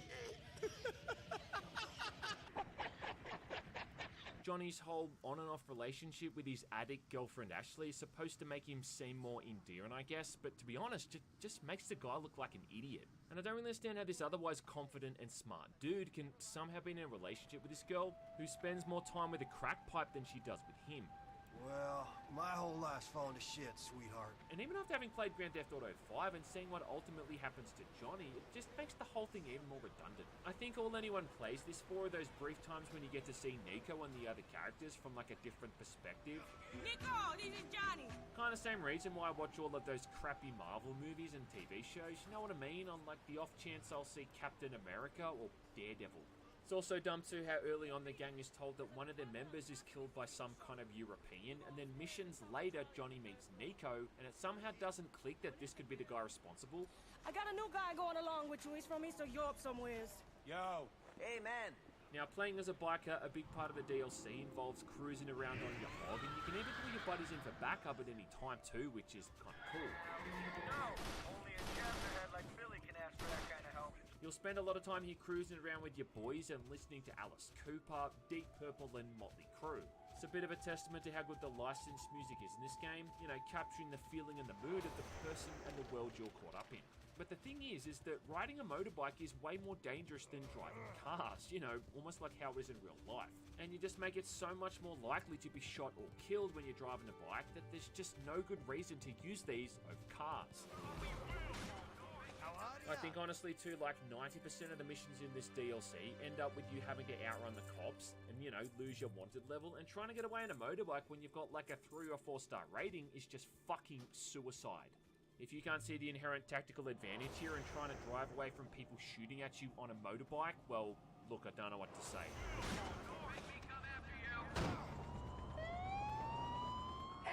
So, although the game wants you to immerse yourself as this cynical, grisly biker, you actually put yourself at a disadvantage by doing so. Plus, I really hate that lack of variety here too, how like every second mission is just about losing the wanted level. And look, I know that fighting back against the police has always been a key theme in Grand Theft Auto games, you know, maybe even more so for this DLC now, where you're playing as a biker with the whole core idea of fighting back against the man. But at least in Grand Theft Auto 4, there was some kind of variety to it. You weren't just always shooting cops and running away from law enforcement. The worst ones are where you've got to also escort someone, and there are a few things more annoying in this world than playing a Grand Theft Auto game and waiting for an AI character to hop into the car with you when you're under duress. The only other thing I think worth mentioning is that this DLC adds in a few new weapons, though most of these aren't even all that good. There's an automatic pistol, which is just incredibly inaccurate. There's a sawn-off shotgun, which is an insult to sawn-off shotguns all around the world. There's a pipe bomb, which is more or less just a reskinned grenade, and speaking of grenades, there's now a grenade launcher. And this thing might have actually been good if it exploded on impact, except it doesn't. The only new gun that I liked here was the automatic shotgun, the old street sweeper with its drum mag, and I don't think there's ever been an iteration of this weapon that I haven't fallen in love with.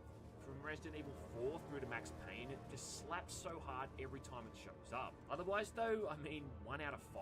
Yeah, I don't like those odds. You bitch!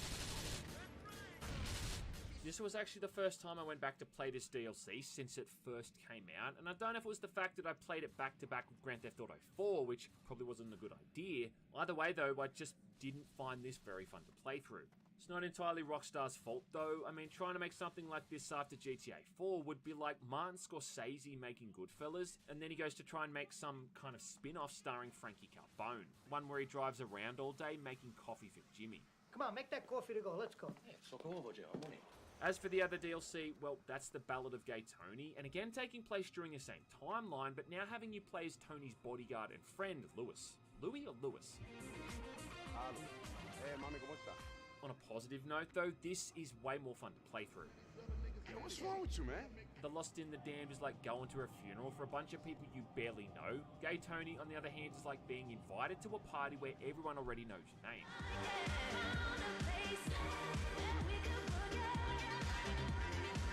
That's the whole central theme of this DLC, man. Partying. There's even minigames where you can hang out in a nightclub and dance with women and get laid in the bathrooms. Nice. The main story here eventually revolves around when Nico and Packy kidnap this side character, Gracie, which took place near the end of the original campaign. Lewis and his buddy Tony, who are really only throwaway characters in the base game, now play a much more central role.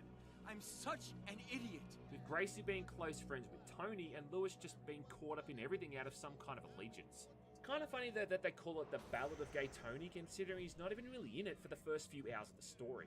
Most of this time you're going to be going around doing jobs for other people to help pay off his debts, one of whom happens to be Brucey's brother, Maury. Tony owes you money. Tony's my boss and my friend, so I'll help you out a little. And another being a rich Arab property developer named Youssef, who is one of the funniest motherfuckers in the entire series. Sure, bro, sure. There's not really any point to any of this though, again just outside of those brief glimpses where you get to see something of Nico. Lewis is one of the poor folks who was stuck in the bank when Nico and the McClearys rob it, and later on he directly ambushed Nico's diamond deal at the city museum. The other times you get to see Roman and Brucey are actually kind of funny and almost worth the price of admission alone. And why they didn't just make a spin-off featuring these two guys is anyone's guess. Could be like a whole saga here where they go out to nightclubs every night trying to get laid, only to fail, end up drunk and eating kebabs at 3 AM. You know what's even sadder is that sentence right there sums up most of my early 20s. Ladies, hide your titties! Apart from this though and seeing Gracie a lot more, it doesn't really teach us anything we didn't already know. Yeah, Gracie's a coke and a cock-loving loudmouth at the start of the DLC, right up until she gets kidnapped. And I actually think I hated her even more after finishing this. Ooh, what is wrong with you, man? You are ruining my buzz! Lewis is a likable dude though, even if he uses the F-bomb like it's a full stop, and the word bro like it's a comma. But by this point it just kind of feels like there's a real been there done that vibe to the missions, and outside of a few standouts like using someone as target practice on a driving range or parachuting off the tallest building in the city, it's otherwise standard stuff.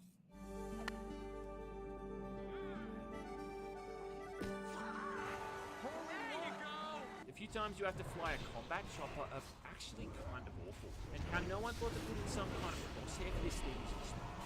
Also, in a lot of the combat missions, they often put enemies above you, and memes aside, whoever has the high ground in a situation like this always has the advantage, making the shooting in these sections ridiculously hard because you can barely get line of sight on who's attacking you. There's a club management minigame here too that is just completely pointless, where you put on a business suit and have an inflated ego, then have to keep an eye on security around Tony's nightclub. And at least if there was like something you could unlock from this, like maybe generating revenue for the club or something similar, it might have been fun, but it's just this world building mechanic that has no real purpose. I don't want to see you again. Nice work, Al. The new weapons though, I do think are pretty awesome. You've got a Dirty Harry style 44 auto pistol, which is just a damn hand cannon. There's a new submachine gun in the form of a modified P90, again, awesome. Another version of an automatic shotgun, this time an AA-12, which has explosive shells, and I mean, that right there is just filthy.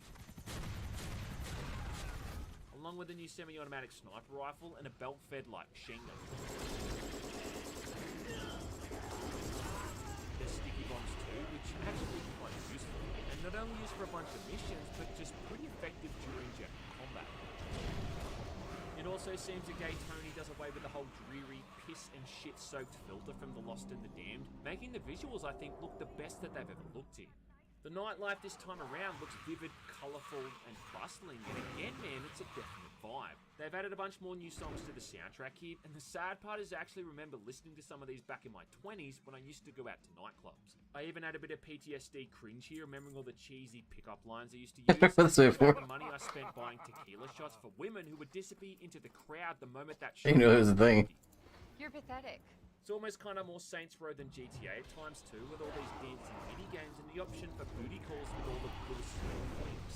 But it's still like the Ant-Man of video game expansions, and no matter how hard they try to make all of these new characters interesting, they still can't hold a candle to the OGs. I think maybe you're taking the tough love thing a little too far, man.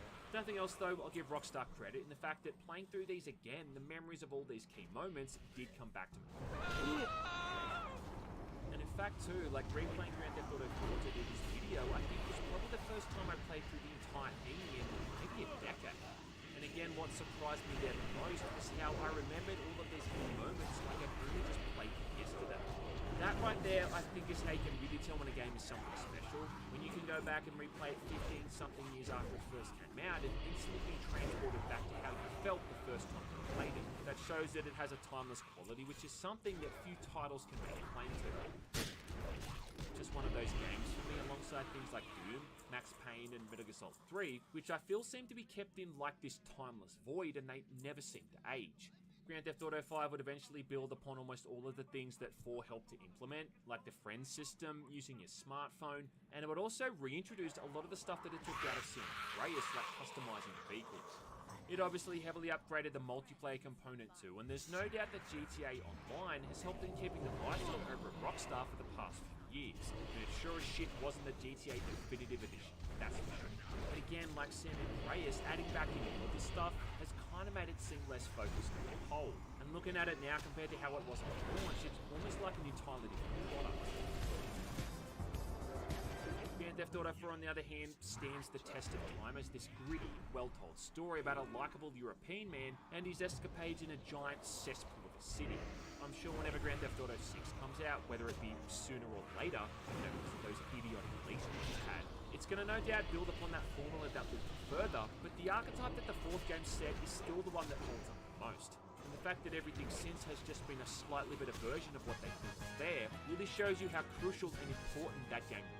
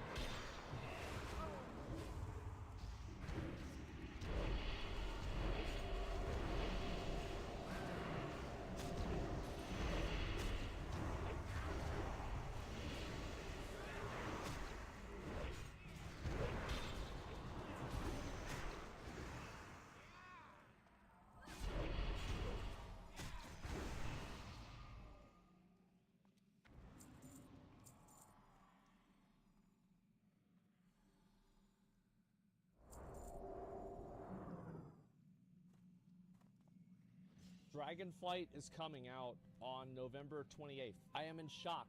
I'm gonna be honest. I am absolutely in shock. I'm amazed. I thought they were gonna release it on like December 30th or something like that. But let's go ahead and let's take a look at the video here, and we'll talk a little bit about the expansion.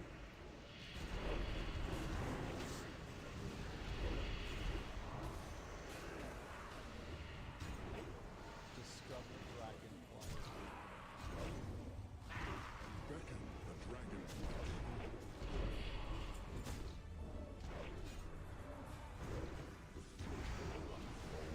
As it was meant to. Was that Alex Straza?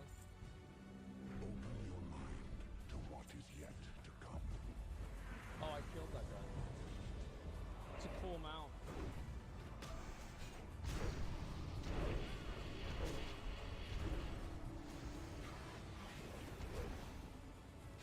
The new storm elementals look really cool.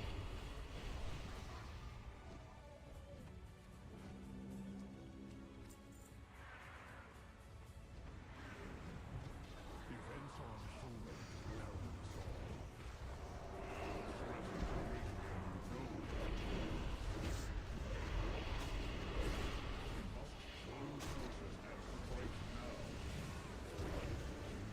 Is that Rathian? Oh, that's all the dragon aspects. Holy shit. All that matters is this moment.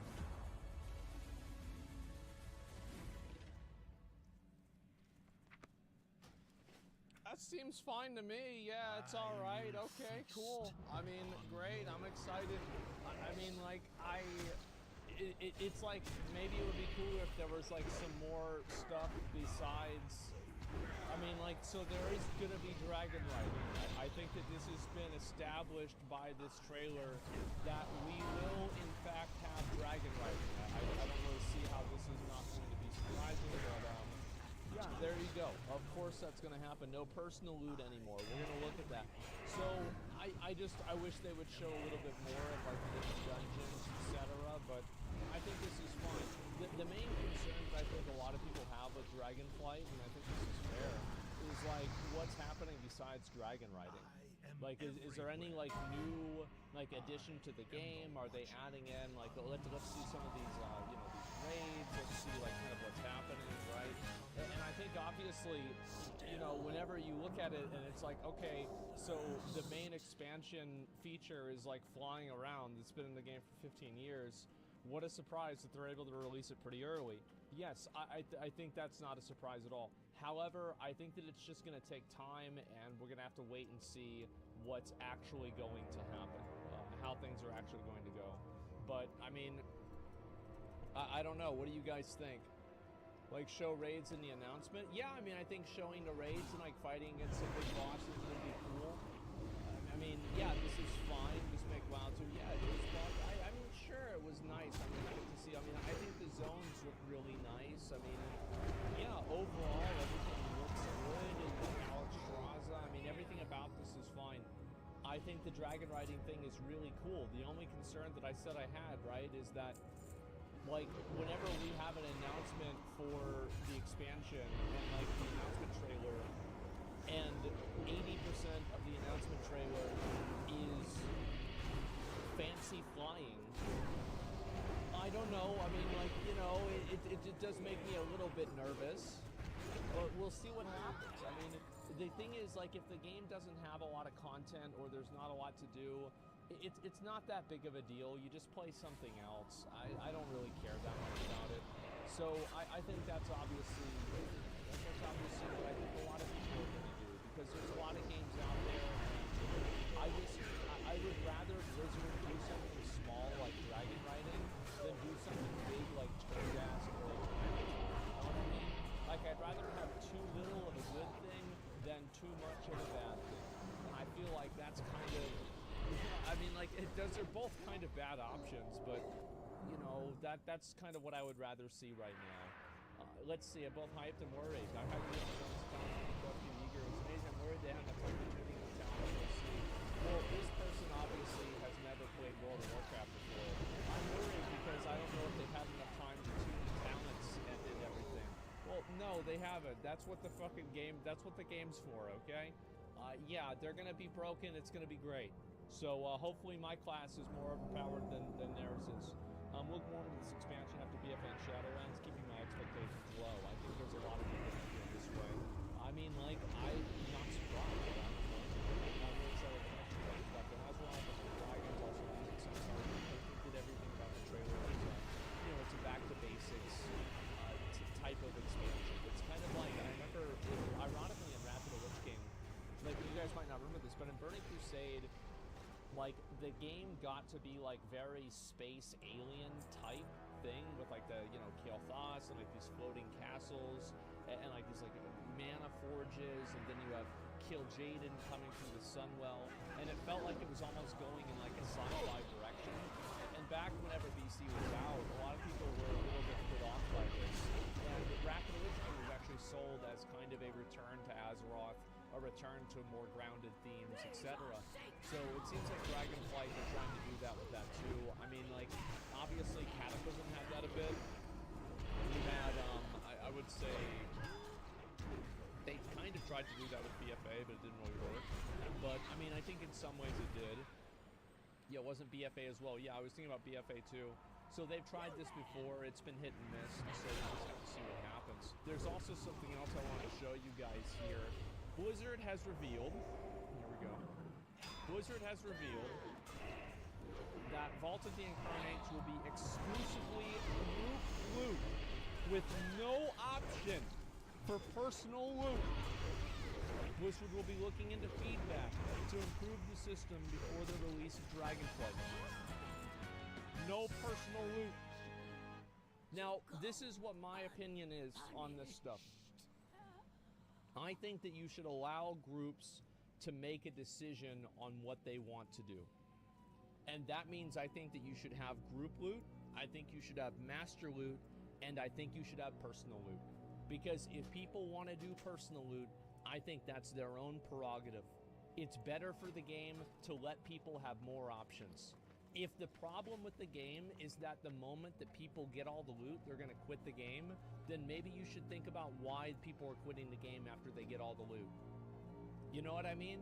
It's like, if this is what the problem is, then isn't that a problem in itself? It's kind of like what I said with the the fucking catalyst converter in the new expansion, like the 9.25 or 9.2 catalyst converter, where you can take a piece of gear and then turn it into tier gear. Well, if you do that, and like, why is this gated at all? Just let people do it. Who gives a fuck? Yeah, just let people do it. It's not hard. It's not a big deal. It's not like this is going to change anybody's life. It's totally fine. So I feel like, again, stop balancing for hoop soccers. Stop designing the game in a way that you feel like if people complete the game, they'll quit the game. That's not true. And I'll give you a good example. We're in it right now. In Wrath of the Lich King, if you go back and you look at my character login screen, Wrath of the Lich King, I had like 8 level 80 characters that I played all the time. Because it was fun playing the game, and I wanted to play the game more, so I got more alts so I could play it in different and new ways. Right now, I've already got my first character up to level 80. He's already completed all the heroics. I've already got almost exalted with a couple of factions. And you know what I'm thinking about? I'm not thinking about how boring this game is and how much I don't like it. I'm excited for the new raid, and I'm looking forward to leveling up my DK so I can do it on my DK as well. That's the mindset we want players to have. Stop having this mindset of a checklist. The moment the checklist is over, people lose interest in the game. Give people the ability to play the game in new ways. Guess what? Alts were the original, like, they were the original time sink, and they were the original way of extending content. Is that after you completed all the content on your main character, you play your alt. So I think that if Blizzard makes playing alts and playing other characters better, it will make this whole system 1,000 times better. Yeah, it was the original New Game Plus. Yeah, there you go. I like that. So yes, I am a big advocate for group loot. I think the truth is that master loot is the most fair way that you can do things. Anybody who's in a raiding guild knows this, that there are some people who deserve to get the mount first, the raid leader, the guild master, people that put together strats, etc., whenever it drops from the last boss, and people that don't. And if you disagree with that, you think that's not true, next time you're at work, go ahead and ask inmates in your office to write down their salaries and then write it on a sheet of paper, put it in the hat, and then at the first of every month, you can just draw your salary out of the fucking hat, just willy-nilly. Randomness is not fair. Yes, letting people make decisions for themselves is what's fair. Yeah, so true. It's RNG salaries. It's horseshit. I think that obviously Master Loot is completely fair. It's much more fair. Pixel gear equals a salary. In terms of time invested, yes. I think that there are people that work harder, they put in more important effort, and they should be rewarded differently than people who do not. That's what's fair. It's not equal because fairness is not equality. Fairness is not all the time everybody gets treated the exact same because people aren't the same. So if you treat everybody the same and you give everybody the same chance, sometimes what you end up doing is you end up privileging people that don't deserve it and punishing people that work harder. So no, I don't agree with this. I don't like it.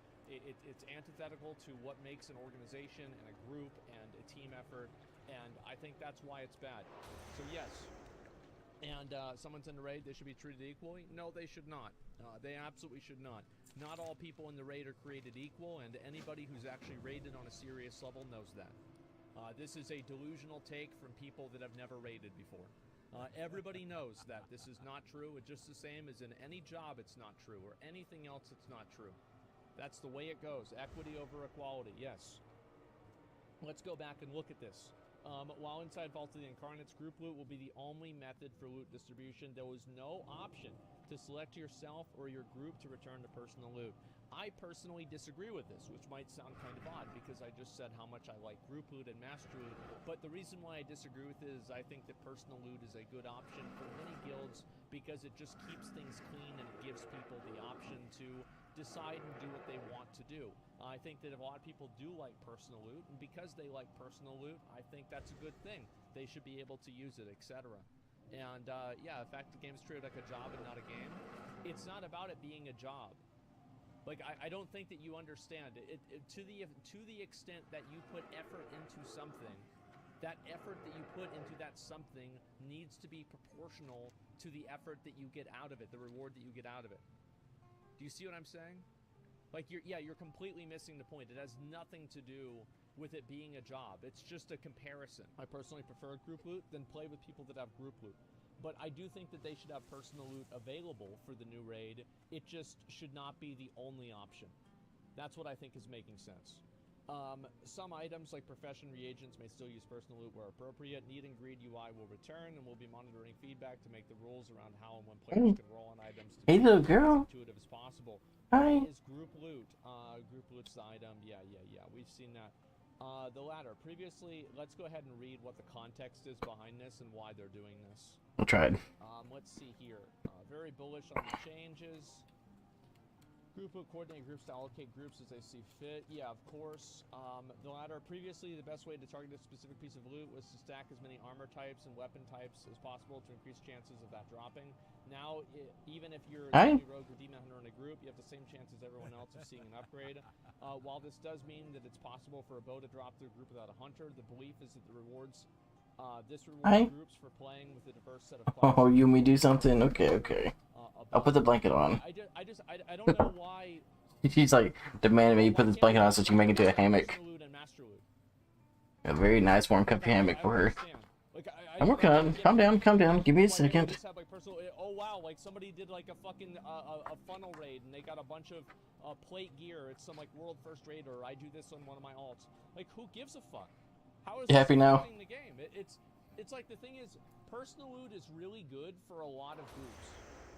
Because a lot of pugs, the truth is that a lot of pugs don't have the social dynamics of a raid. They don't have it. They're not a raiding. I'm happy now. Social dynamics. Yeah. It's just a bunch of clowns that got together. Ow! Why? Why? I literally did what you wanted. Why is it? Calm down, girlfriend. You know, you can't just give them personal loot. Yeah, this is gonna be good. I don't understand why we have to choose. There is no reason to have to choose, and I don't think that this is a 0.00001% occurrence. Nobody is doing this. Real people, normal people are not going in there with 18 demon hunters into a raid to funnel gear. There's like me doing it, Max doing it, maybe Tim does it if he comes back and plays the game again. There's like half a dozen streamers that do it, and maybe 2 or 3 guilds that do this. And the entire fucking game is being re-originated because of this problem. Now, why is it not possible that personal loot can't just cap out the amount of classes that something has, and then after that it allocates the gear to other people with different classes? I don't know. Why is this even a problem to begin with? Yeah, it does work. To even design a solution for? Why can't you just let people do what they want? If they want to cheese the game and get a little bit farther ahead faster, these are not going to be the people that quit. Well, if you're making groups with 18 demon hunters to do a raid, you're not about to quit this game. You play this game 12 hours a fucking day. It's nuts. I can't believe it. Would Mastery come back to retail plus GDKPs to come to retail? It would be hard to do that because of cross-realm. But theoretically, yes. Faster, it means they'll get their stuff faster, which means they're going to unsub, which is revenue loss. And that's what I disagree with. I think that's totally wrong. I think that once somebody gets their gear, and it was a fun process getting their gear, they're going to want to do it again on their own. Because that's what happened back in Wrath, that's what happened back in Legion, that's what happened back in Captain. It happens all the time. So I don't think that's true at all. I think that, yeah, you quit every time you get looted. I do. Yes, I fucking do. I absolutely do. And I go do other stuff. Whenever I finally got my last piece of gear in Dragon Soul, I said, see you next expansion, guys. But I'm the asshole. You have to think about it, right? I was a top Parson fearer. I was one of the officers in the game. I raid led many of the fights that we did. And we got great kills on them, like very early on. You can check the achievement dates. And even then, top DPS in the raid, one of the officers, raid leader. People were very happy whenever I left. I am not the norm, okay? I was an obnoxious fucking asshole. People were always pissed off about me, and I was a loot whore the whole time, and as soon as I got it, people were glad because then they wouldn't have to deal with me anymore, right? That's what it was. What's the point of getting gear if you, if you get it and have nothing to do with it? Well, there's a lot of things that you can do with gear. I mean, you can do the raids, you can parse, you can, like, just fucking kill stuff faster in the world. Like, I don't know. If you feel like there's no point of getting better gear, then maybe you shouldn't be playing an MMO. I feel like you're kind of, like, disconnected from, like, what the reward structure of the game is. Yeah, I mean, you should only have a loot pool, look what classes are in the raid, and still not factor the quantity of classes. Yeah, I think that would be a good factor, too. Yeah, you could have it, like, identify, like, oh, there's no hunters, so it can't drop a bow or something like that. Yeah, I think personal loot is totally fine. I hope Blizzard goes and they allow us to do both. Personal loot if we want to do personal loot, group loot if you want to do group loot. Why make players choose? Why make people decide? I don't think that it adds any positive. Remove item level restrictions for loot trading. Exactly, yes, I think they should remove all restrictions for loot trading.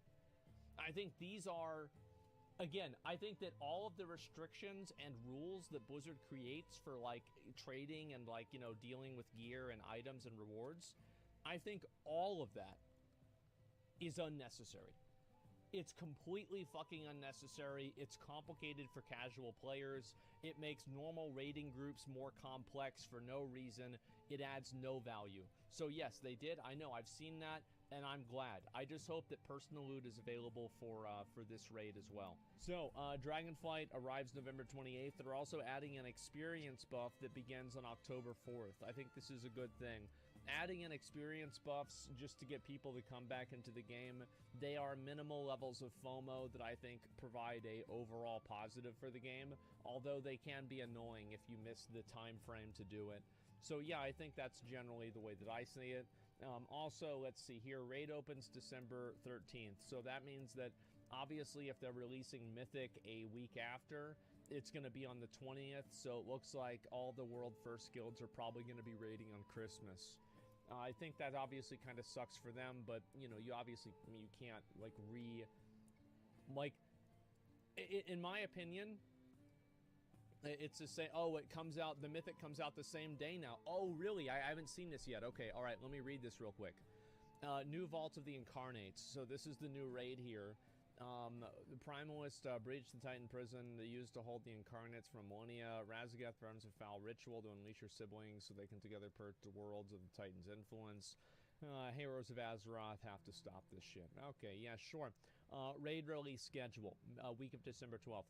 Normal, heroic, and mythic Vault of the Incarnates will open with the weekly maintenance for each region. And then Vault of the Incarnates Raid Finder 1 is the week after, and then Raid Finder 2, and then Raid Finder 3. Of course, that's fine. Cross-faction Mythic Vault of the Incarnates will be available from the start.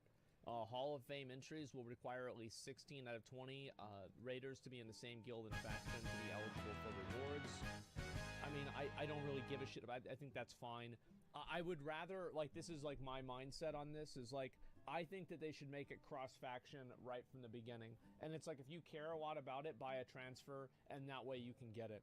Like, it just seems way better, and it seems way easier to do. Because, like, the game nobody plays, like servers, again, are just like it.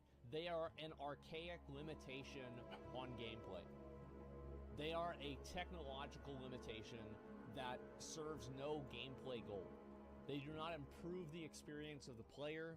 They do not make the game better by sectioning out player bases and making this artificial barrier between them to where they can't play with each other in certain ways. I think this has just harmed the game. It has not helped anything. So I'm very glad to see this. I think this is a very good thing. So yes, it seems like we are going to get cross-faction Mythic earlier, and we're not going to have to wait for the top, you know, like 100 shittiest Alliance guilds, which is probably about 95 of them, to finally figure out how to do the raid. So this is a big improvement. I'm glad to see this. It is cross-faction. Yes, exactly. Cross-faction as well. Yeah, that's great. They're giving us too much info, meaning no spoiling for us. Personally, they're not giving us too much info at all. Like, they're saying, hey, this is the new raid. I don't think there's too much info with this in any capacity. New dungeon rotation. So these are going to be the new dungeons that we're getting. So these obviously, these 4 Ruby Life Pools, Knockhood Offensive, Azure Vault, and Algalar Academy, all of these are the new dungeons, okay? And we're also getting 4 old dungeons. We're getting Halls of Valor, Big Pog, big good. We love Halls of Valor. And what do we love even more than Halls of Valor is Court of Stars. Court of Stars was fucking amazing. It was probably one of my favorite dungeons. Like, it's very hard. I feel like in Legion, like Vault of the Wardens, Maw of Souls, and Court of Stars were fucking insane. I love those dungeons, man. I thought they were so fun. Yeah, it's bad for Mythic Plus? Wait, what? You think Halls of Valor and Court of Stars are bad for Mythic Plus? Dude, I thought they were great. Yeah, they were awesome, man. What do you mean? Tyrannical Hirsha? Yeah, but like that was just because she put that lightning shit on people. Like they can tune that again. It's not a big deal. Yeah, Halls of Valor Tyrannical one-shots on first boss. On first boss, it was mainly, yeah, it was the Valkyrie, the one on the left. That was like really hard to deal with. But anyway, Court of Stars was amazing.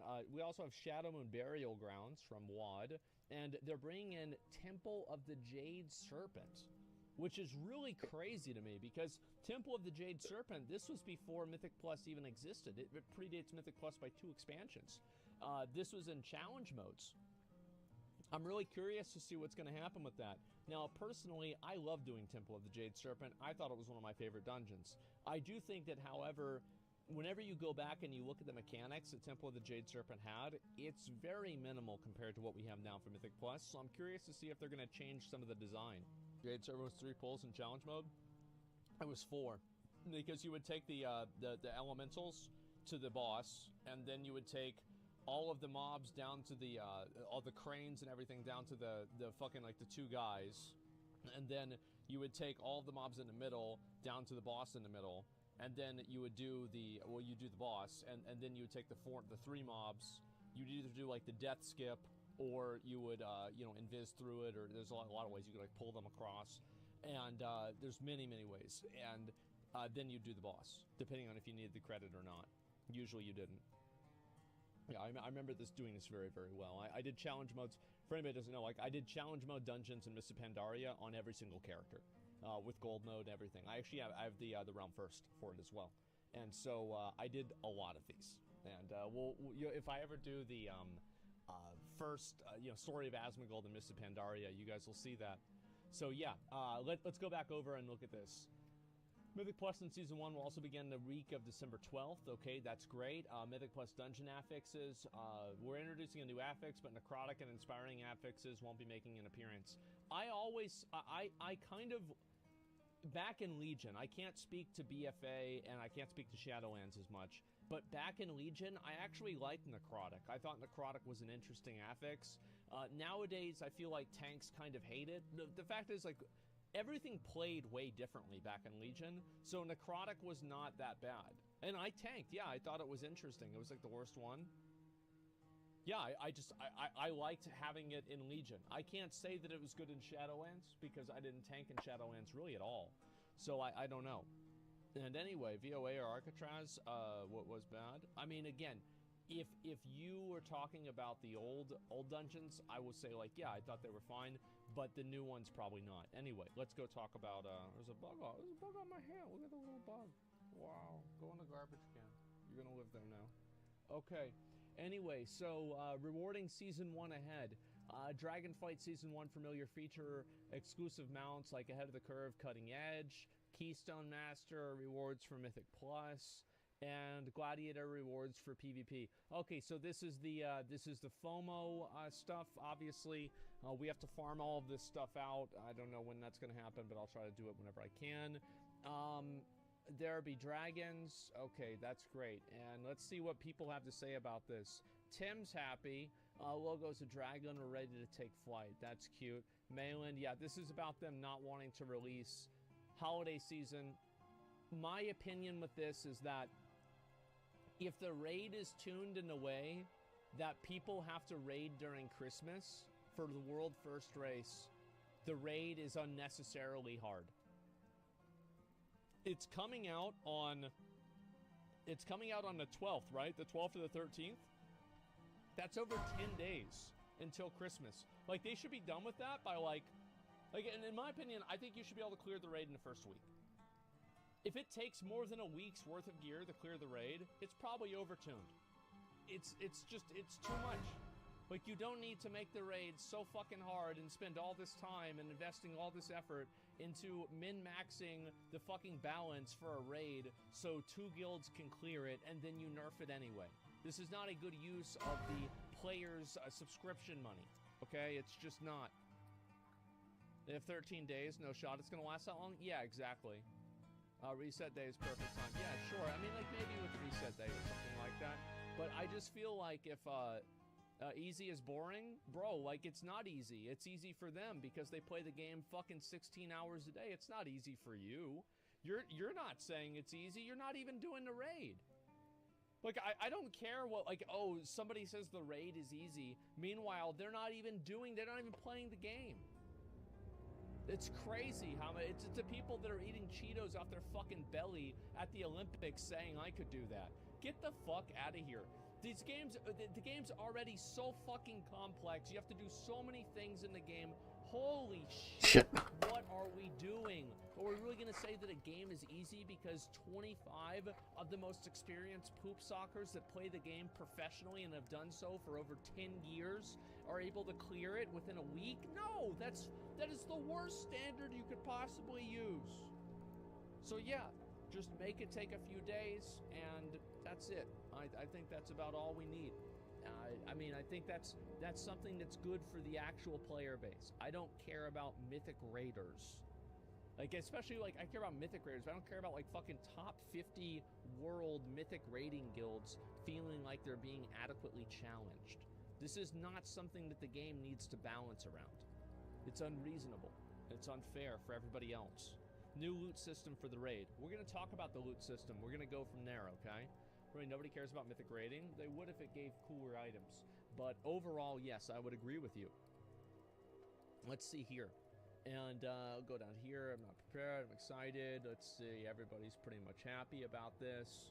Okay, we're ready to race. Yeah, all right. Everybody's happy. And this is good. I'm glad for that. And, you know, I'm excited for the new expansion. Whenever it comes out, I'll be playing it. You know it, I know it, everybody knows it. Hopefully they don't have a mount that requires scales to make. You need 10,000 scales to make a dragon mount. Yeah, 1 in 20 drop chance. Yeah, it sounds about right. And yeah, game adding and balancing for streamers. Yeah, exactly. Like, you should just never... Like, the way that the top 0.1% play the game should not be relevant to how the game is designed. Unless the top 0.1% are actually actively affecting everybody else. It's kind of like, for example, you could say how the top 0.01% are affecting everybody else in PoE with like super juiced runs because they're able to inject a bunch of currency and items into the economy early on, and it was not reflective of like what the actual player base was encountering. But for the most part, whenever you just have people that are playing they're playing in their own lane, doing their own thing, who cares if they beat it a little bit faster? It doesn't matter. I want to see the game be designed for the masses rather than, you know, the minimal amounts of people that are playing it professionally.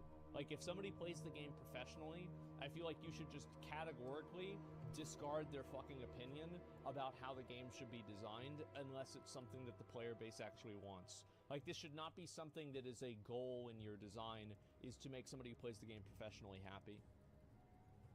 But we like watching World First Race? Well, number one, who's we? And number two, I don't think that watching... Like, I don't think that making the World First Race take longer makes it less entertaining. Or, sorry, makes it more entertaining. I would rather have a short, good World First Race than a long, drawn-out World First Race where everybody is exhausted, tired, they're trying to do, like, raid resets and, like, more heroic split clears. Yeah, I mean, that's not great, man. Yeah, 1 week is good, 2 weeks is too long, 1 day is too short. Yeah, exactly. I think that, you know, a few days or so, you know, getting through the raid, figuring everything out, I think that's very reasonable. Sure. Last race was a disaster. Yes, exactly. And so I think that, again, it should be 1 week. 1 week max. Let's see here. I was going to look at all this. Okay, great. So World of Warcraft, Dragonflight coming out November 28th this year. So what that means, it's in 2 months from now. Literally less than 2 months from now. Because it's the 29th right now.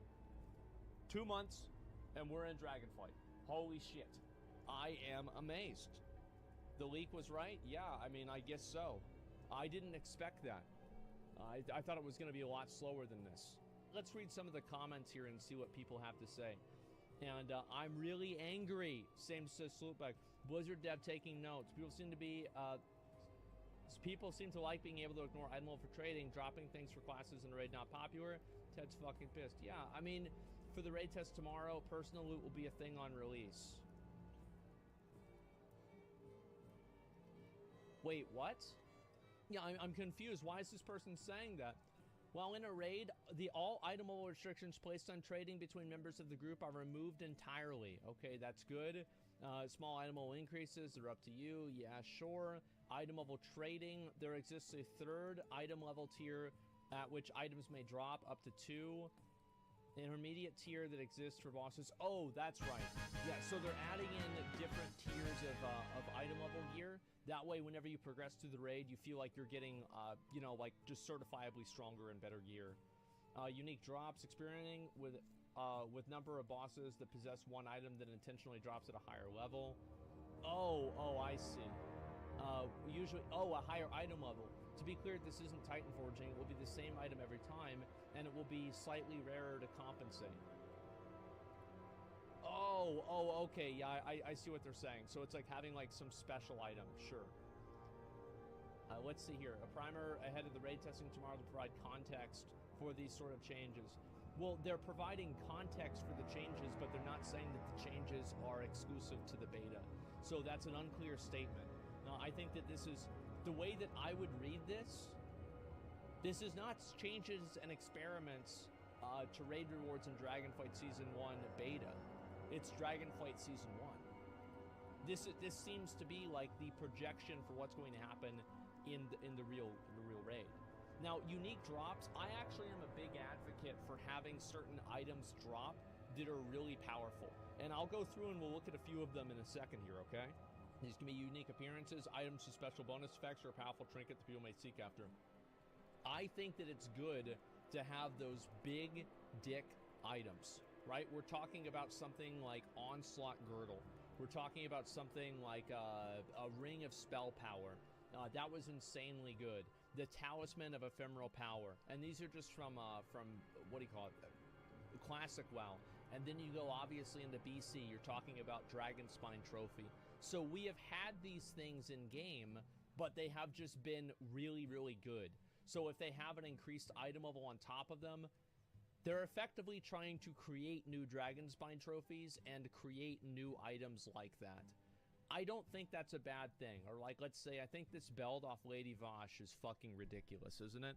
So stuff like that I think is totally fine. I like the unique stuff. Yeah, it's okay as long as you don't have to like refarm the same items over and over and over, or it's not some super low drop chance that makes it unfun.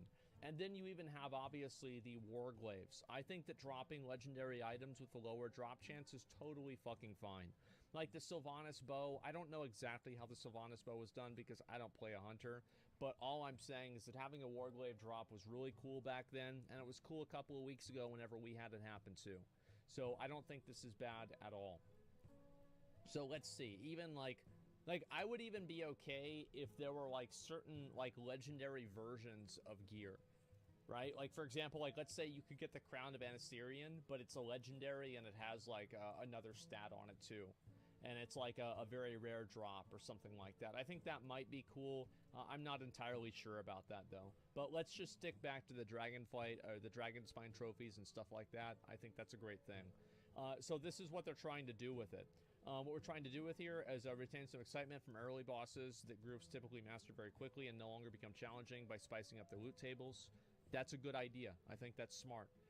Give more long-term goals for difficult encounters. It depends on how long-term the long-term goals are. Like, for example, I think a really good example of this is Tusk of Amaroth.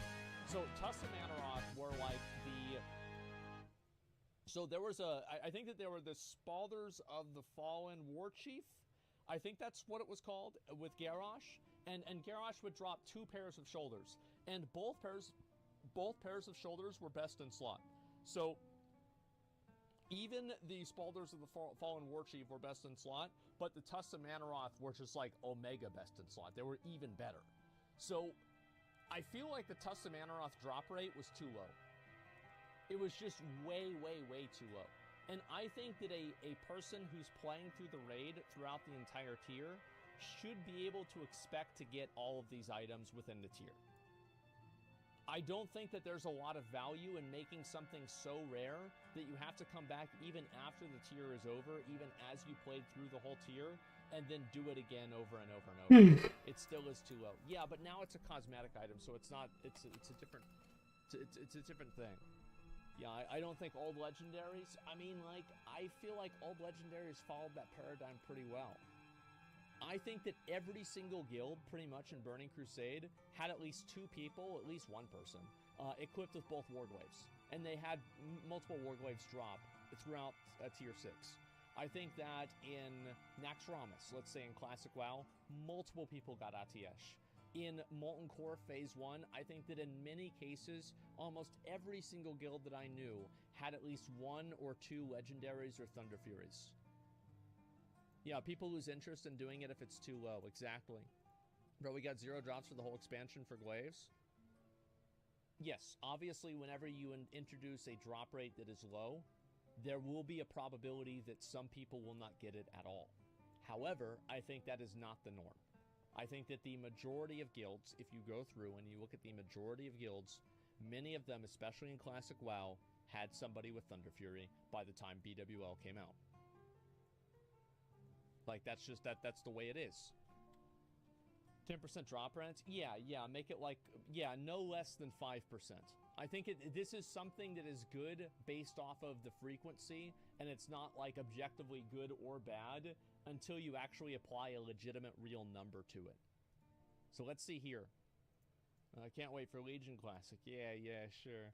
Let's see here. And we added many strong effects to weapons in Shadowlands. It wasn't easily communicated how good an effect usually was. Essence of the Night, Savant Daggers grew much stronger than their item level indicated. Yes, and I think Jythus is a great example of this, and so is the Jailer's Mace. And I do think that having items like that is good.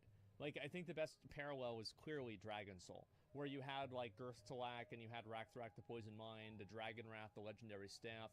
You had many different items, whether it was Jythus. Jythus is it's a two-handed sword that you're able to have the sword eat other swords. Like, you can basically use the other swords as consumables for Jythus, and it will make it more powerful. And if you have it at max level, it's an extremely powerful two-handed sword that dropped from Kel'Thuzad and Sanctum of Domination and Shadowlands. Very, very good item. So, that kind of stuff is really cool, and I think it improves the game. For the moment, it's intended that not all 8 bosses possess one, but it's something that could change in the current future. Yes, a special pair of rings from Diog and Diurna, an Omni Trinket from the Primal Council that gets stronger with more copies, a special bow with the Storm Incarnate herself, Razagath. I think that, I mean, we already kind of had a pair of special rings. This is something they tried in Legion. You know, we had something like the Court of Stars auto attack ring, and we also had the set bonus items that we would get in Arcway and Court of Stars. I think those are kind of cool, and they make the game a little bit more interesting, as long as they're not like super mandatory. Mechagon rings, yeah, stuff like that, that's fine. Omni Trinket, as long as the stuff is not overpowered. Like, the first time I saw this, I thought Arcano Crystal, you know? And so I wouldn't want to see that, but other stuff is totally fine. Bind on equip items, so let's look at this. That ends the list of things that are being implemented in tuning for trinkets and stuff. That said, we'd like to share some plans that aren't yet implemented. We're very interested in trying this out for a future beta build and getting your feedback on how it feels. Regular non-boss enemies within raids will no longer have a chance to drop bind on equip epic items. Okay. Instead, lieutenant enemies, namely mini-bosses throughout the raid, will have chances to drop them instead. This would work like the LTs do in current WoW, where you're only eligible to receive loot from them once per week per difficulty. I don't like that. Okay, so they're getting rid of BOE farming runs, basically, because you can only get... So you're going to have like a mini lockout on killing the lieutenants as well. So this is something that they kind of did back in ICC. So, like, remember back in ICC where you would have the quest line that you could do every week, that you had to kill, like, a certain NPC in ICC, and you could open up a bag, and it would potentially give you, like, the necklace. I remember I got the neck one time. It was great. And so they've tried this before. BOEs are going to be super expensive. Probably more expensive, yes. BOEs will become scaled with group size. Well, it depends on how often they drop, too. With scaled with group size like regular bosses do, this would guarantee a set number of BOEs each raid group. Oh, wow. Lastly, we're placing more important items into the BOE pool. This could be anything from weapons to higher item level to make them worthwhile to raiders. Okay, so what they're saying is that we need to, like, they need to sell more WoW tokens. Yeah, we've got to sell more WoW tokens. We've got to get more people using that token system. Get that money in the system. Oh yeah, let's get it going. Trash will be even more boring now. Bad change in my opinion. Should make trash drop cool recipes. I think that, yeah, I mean, you're kind of right. If trash can't drop anything, then why is it there? Why not just have the lieutenants and maybe a handful of other mobs? I think that, like, trash in a raid can make the raid feel like it's more of an actual raid. Like, I'm not saying I want it to be exactly like Final Fantasy, where you just get teleported from boss, right? But, like, to go to, like, I think it's, like, Gascoigne, or I forgot what his fucking name is, in the fucking, what's it called? In Sepulchre, you have to clear trash for, like, 10 minutes. Like, 15 minutes. This is a lot of fucking time. It's a lot of fucking time just spending on clearing trash. Totally unnecessary. Other examples of trash being completely unnecessarily long is, you know, Sunwell Plateau going up to Kalagos. Completely unnecessary, totally unreasonable. Going to Terran Gorfiend. Completely unnecessary, totally unreasonable. Going from Twin Emperors, yeah, you guys know it. Twin Emperors to fucking Cthulhu, or Buru. Also, completely unnecessary, way too long. So yes, I think that they should just get rid of this stuff, make trash a few different polls, maybe a handful. You know which dungeon, which raid really did trash well? Emerald Nightmare. Emerald Nightmare was so fucking easy with trash. You had like 5 or 6 pulls, and then you cleared up, you got to the boss, and then you were fine. I think that Emerald Nightmare is probably the middle. Seriously, wow, you fucking just follow. With trash packs. Terrace of the Endless Spring, yeah, very, very minimal trash. Mount Hyjal, no. Ban that guy. The idea with trash.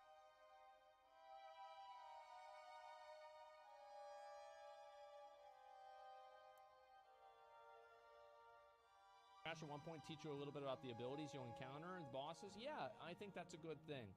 Yeah, for sure.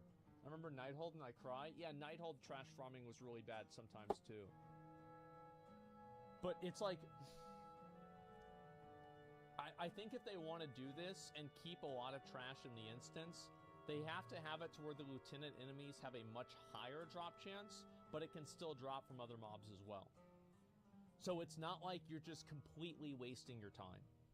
The goal of these changes are to reimagine BOEs by making the raid environment itself sort of a 9th boss with a guaranteed amount of loot to reward progressing deeper through the dungeon. I think this is a good idea. Obviously, efficient full clears without the need to kill every single bat or mossworn off the cliff to get your value. Okay. So yeah, I kind of like this because I don't think, again, what Blizzard should do is make every dungeon like Trial of the Crusader or like a Final Fantasy dungeon. However, I do think that the amount of trash in the dungeons or the raids should be reduced by about 80%. I'm not kidding. Like 80%. Especially, like, I'm thinking of Sepulcher. It's ridiculous. An absolutely fucking ridiculous, massive waste of time. Please don't fucking do this. Like, yeah, trash shouldn't respawn. I don't think it does anymore. What? I'm pretty sure it doesn't. So, yeah, Oh. Castle Nathria had good trash mobs. Maybe it's... What? Castle No. Nathria, I think, maybe had a little bit too much, especially, like, you know, going from... Fucking weirdos. You know, Shriekwing... Was it Shriekwing? I don't remember which one. Going from wherever to get to, like, Artificier or to, like, Sun King. Like, that took kind of too long, I would say, because you have to go through, like, that long corridor that goes to the left, and then you have to go up the stairs, and then to the packs over there. It's way too fucking much time. The thing is also, you have to keep in mind that whenever you add something like that into the game, you waste casual players' time. You take somebody who has 2 hours to play, and then you subtract 30 minutes from that time that they have to play. And I think that's horrible. Because there's a lot of people that don't have a lot of time to play the game. They don't want to have, like, if you made a pie graph, for example, and I've done this before. If you made a pie graph for how much time people are spending actually doing the bosses in WoW, I think that for many casual groups,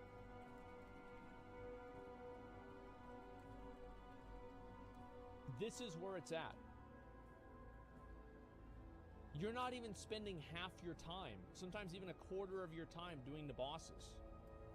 This is ridiculous. So no wonder nobody has time to raid, because the amount that you can get done in Lost Ark or Final Fantasy is like 4x, because you're not spending time doing all these logistical problems, like these logistical design problems, like, oh, well, now we have to summon the person, now we have to run back, now we have to rebuff, now we have to repair, now we have to do X and Y thing. There's just so many things and barriers that they put in the way for you to just be able to do the raid.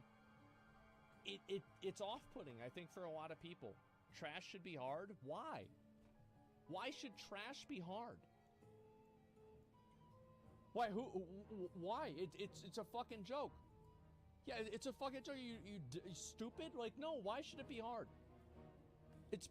Yeah. Why? Like, think about trash should be hard. Well, then why are you calling it trash? Yeah, think about that. Maybe checkpoints before bosses. Things that I want. Okay, let's do this. Notepad. Things that I want for raids to be better, in my opinion, in Dragonflight and onward. Okay, number one, respawn right in front of the boss after a wipe. Allow groups to begin a fight with 3 battle reses instead of 1 to allow for better and less punishing prog. Let's see, next. Food buff persists through death. Okay, next, let's see. Better, sorry. Okay, I'd say like 50 to 80% reduction in trash in raids in general. Just overall. Okay, let's see. Oh, summoning stone at each boss, or give more classes the ability to summon. Okay, let's see, what else? Yeah, I think this is it.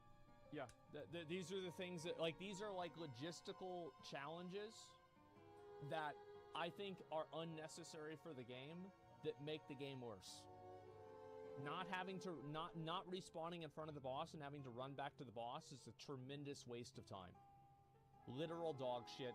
It's just waste players' time for no reason. Allowing groups to begin a fight with 3 battle reses makes it to where this is the way it used to be, to where you can actually progress through a fight, and having 2 people die at the beginning of the fight isn't as soul-crushing as it is now. It makes it to where the game is just not as fun to progress through, and it's more frustrating than fun. I think giving people more battle reses and the ability to battle res is just in general better, especially with the increasing difficulty of the fights. Food buff persisting through death. Final Fantasy has this. It didn't break the game. I promise it won't break WoW either. 50 to 80% reduction in trash in raids overall. I think, again, trash just wastes players' time. And, again, it's like all of these time dilation mechanisms that the raids have that make the game worse. And let's see here. Summoning Stone. Oh, right, yeah. You should never have to wait for somebody to run all the way over to an instance to start your route. It is a tremendous waste of time. It just wastes everybody's time that was there, and I don't think it adds any value at all to the game. Yeah, it adds no value to the game. It just wastes time. Just have warlocks? Well, what if you don't? What if your warlock isn't there? What if your warlock disconnects? Now you're just out 10 minutes because of a logistical challenge that's programmed into the game for no reason. That's not fun for anybody.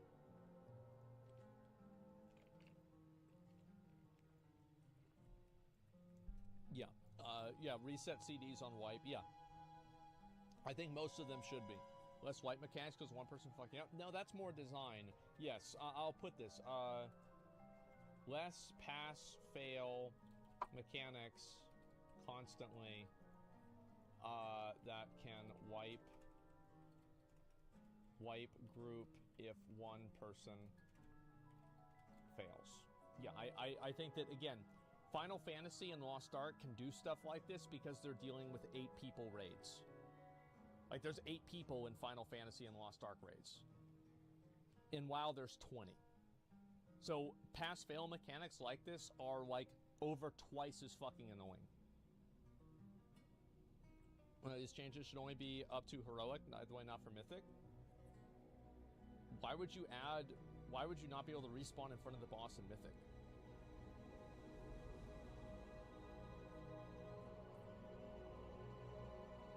24-man in Final Fantasy 14, hello? 24-mans are raid finders. Like, I did the 24-mans, they're a joke. Like, yeah, they're not, those are not designed to be challenging. They're designed to be catch-up mechanics.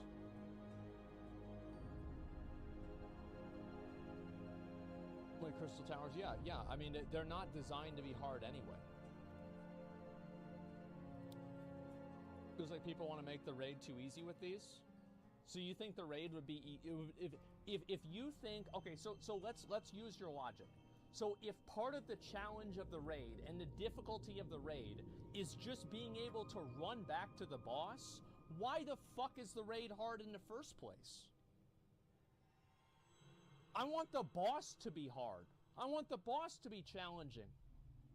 Like, this is adding convenience to the game. If the game is designed to be inconvenient and making the game more convenient makes it easier, That's a good thing.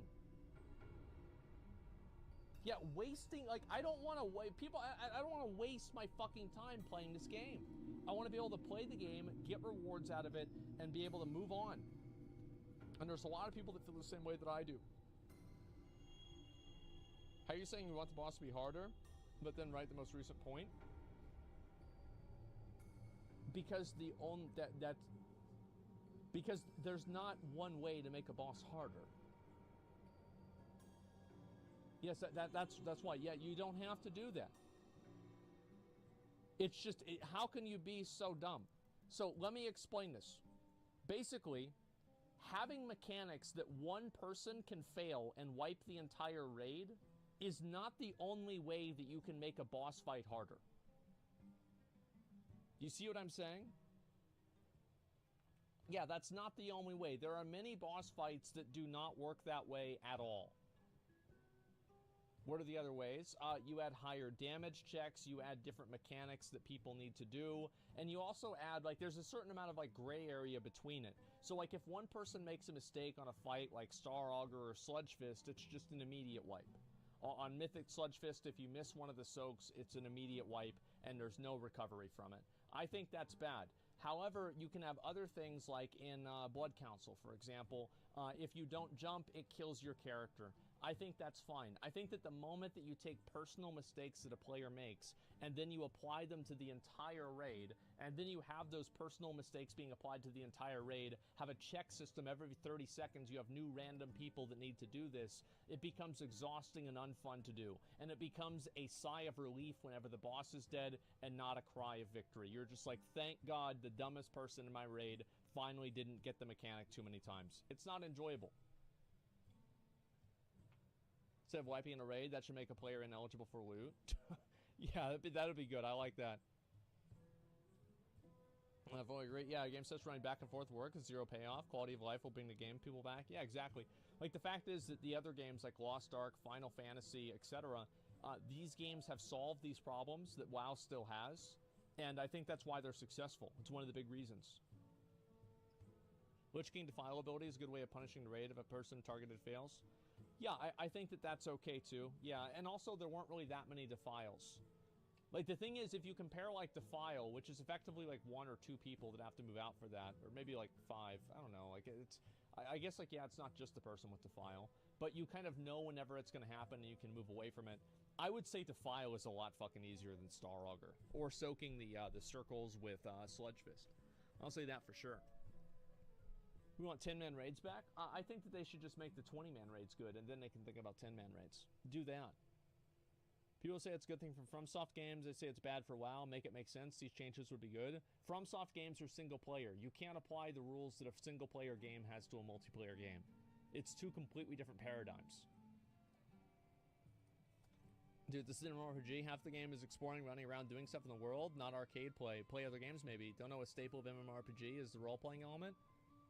Well, so why is it a staple of role-playing element, but the role-playing element is stronger in Final Fantasy that doesn't have these things? How does that make any sense?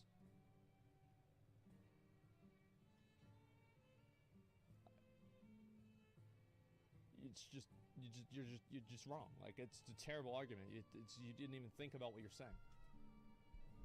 Yeah. This is a bad take through and through? No, it's not. This is a good take, and better games are improving this. WoW is holding back on this, and it's making the game worse. Yeah, I agree with everything, but the less insta-wipe mechanics, I don't agree with the logic. Really? I'm gonna be honest, I just don't find these fun. Like, I don't find the insta-wipe mechanics fun. Like, fuck design and everything like that. Like, I just don't like doing them. Am I the only person? Does anybody else feel the same way? Yeah, I mean, like, I don't care about, like, the design or whatever. Yeah, they're just not fun to do. I mean, maybe you can say I'm wrong for not having fun, but I'm still not having fun. It's subjective? Yeah, of course it's subjective. But I'm saying that it's subjective in one direction. I would say in many regards. Should be a cumulative effort. Yeah, I think so too.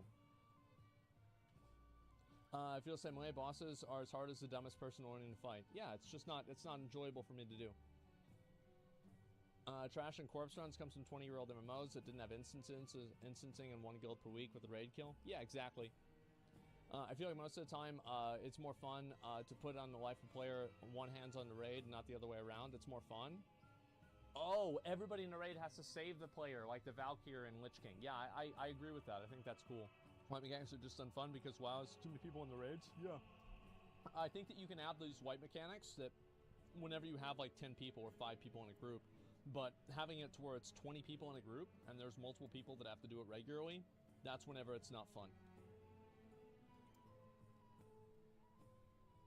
I enjoy them because it shows who's actually paying attention to the fight and who's AFK or just pressing buttons. Well, what's enjoyable about that? Like, who cares? Like, I'm not enjoying that anymore. Like, why would I be enjoying the game now that I can tell that somebody was not paying attention for a few seconds? Yeah, it's just not fun. I don't know how many different ways I can say this. All I'm saying is that WoW raiding has so many fundamental problems with it, and I think that Final Fantasy and Lost Ark have solved many of those problems, and the raiding experience in those games is vastly superior to WoW. I think that WoW does still have a few positives that the other games don't have, but overall, those other games have a better raiding experience. It's more fun, it's less painful, it's less punishing, it's more rewarding. And I think the Dragonflight should look at trying to implement these things to make the game better. I think personal loot is good. I don't think personal loot should be required. I think group loot and master loot is good. I don't think group loot and master loot should be required. It's just that simple. That's the way I feel about it.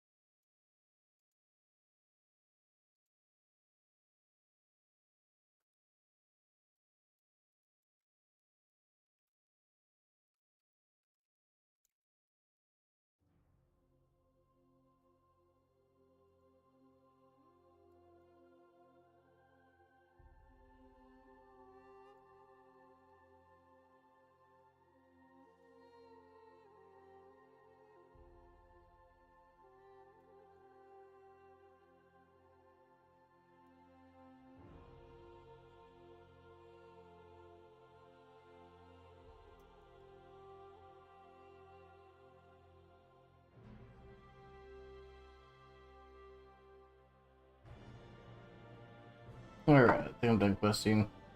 Everything it's gonna do, done. And now, I'm gonna chill.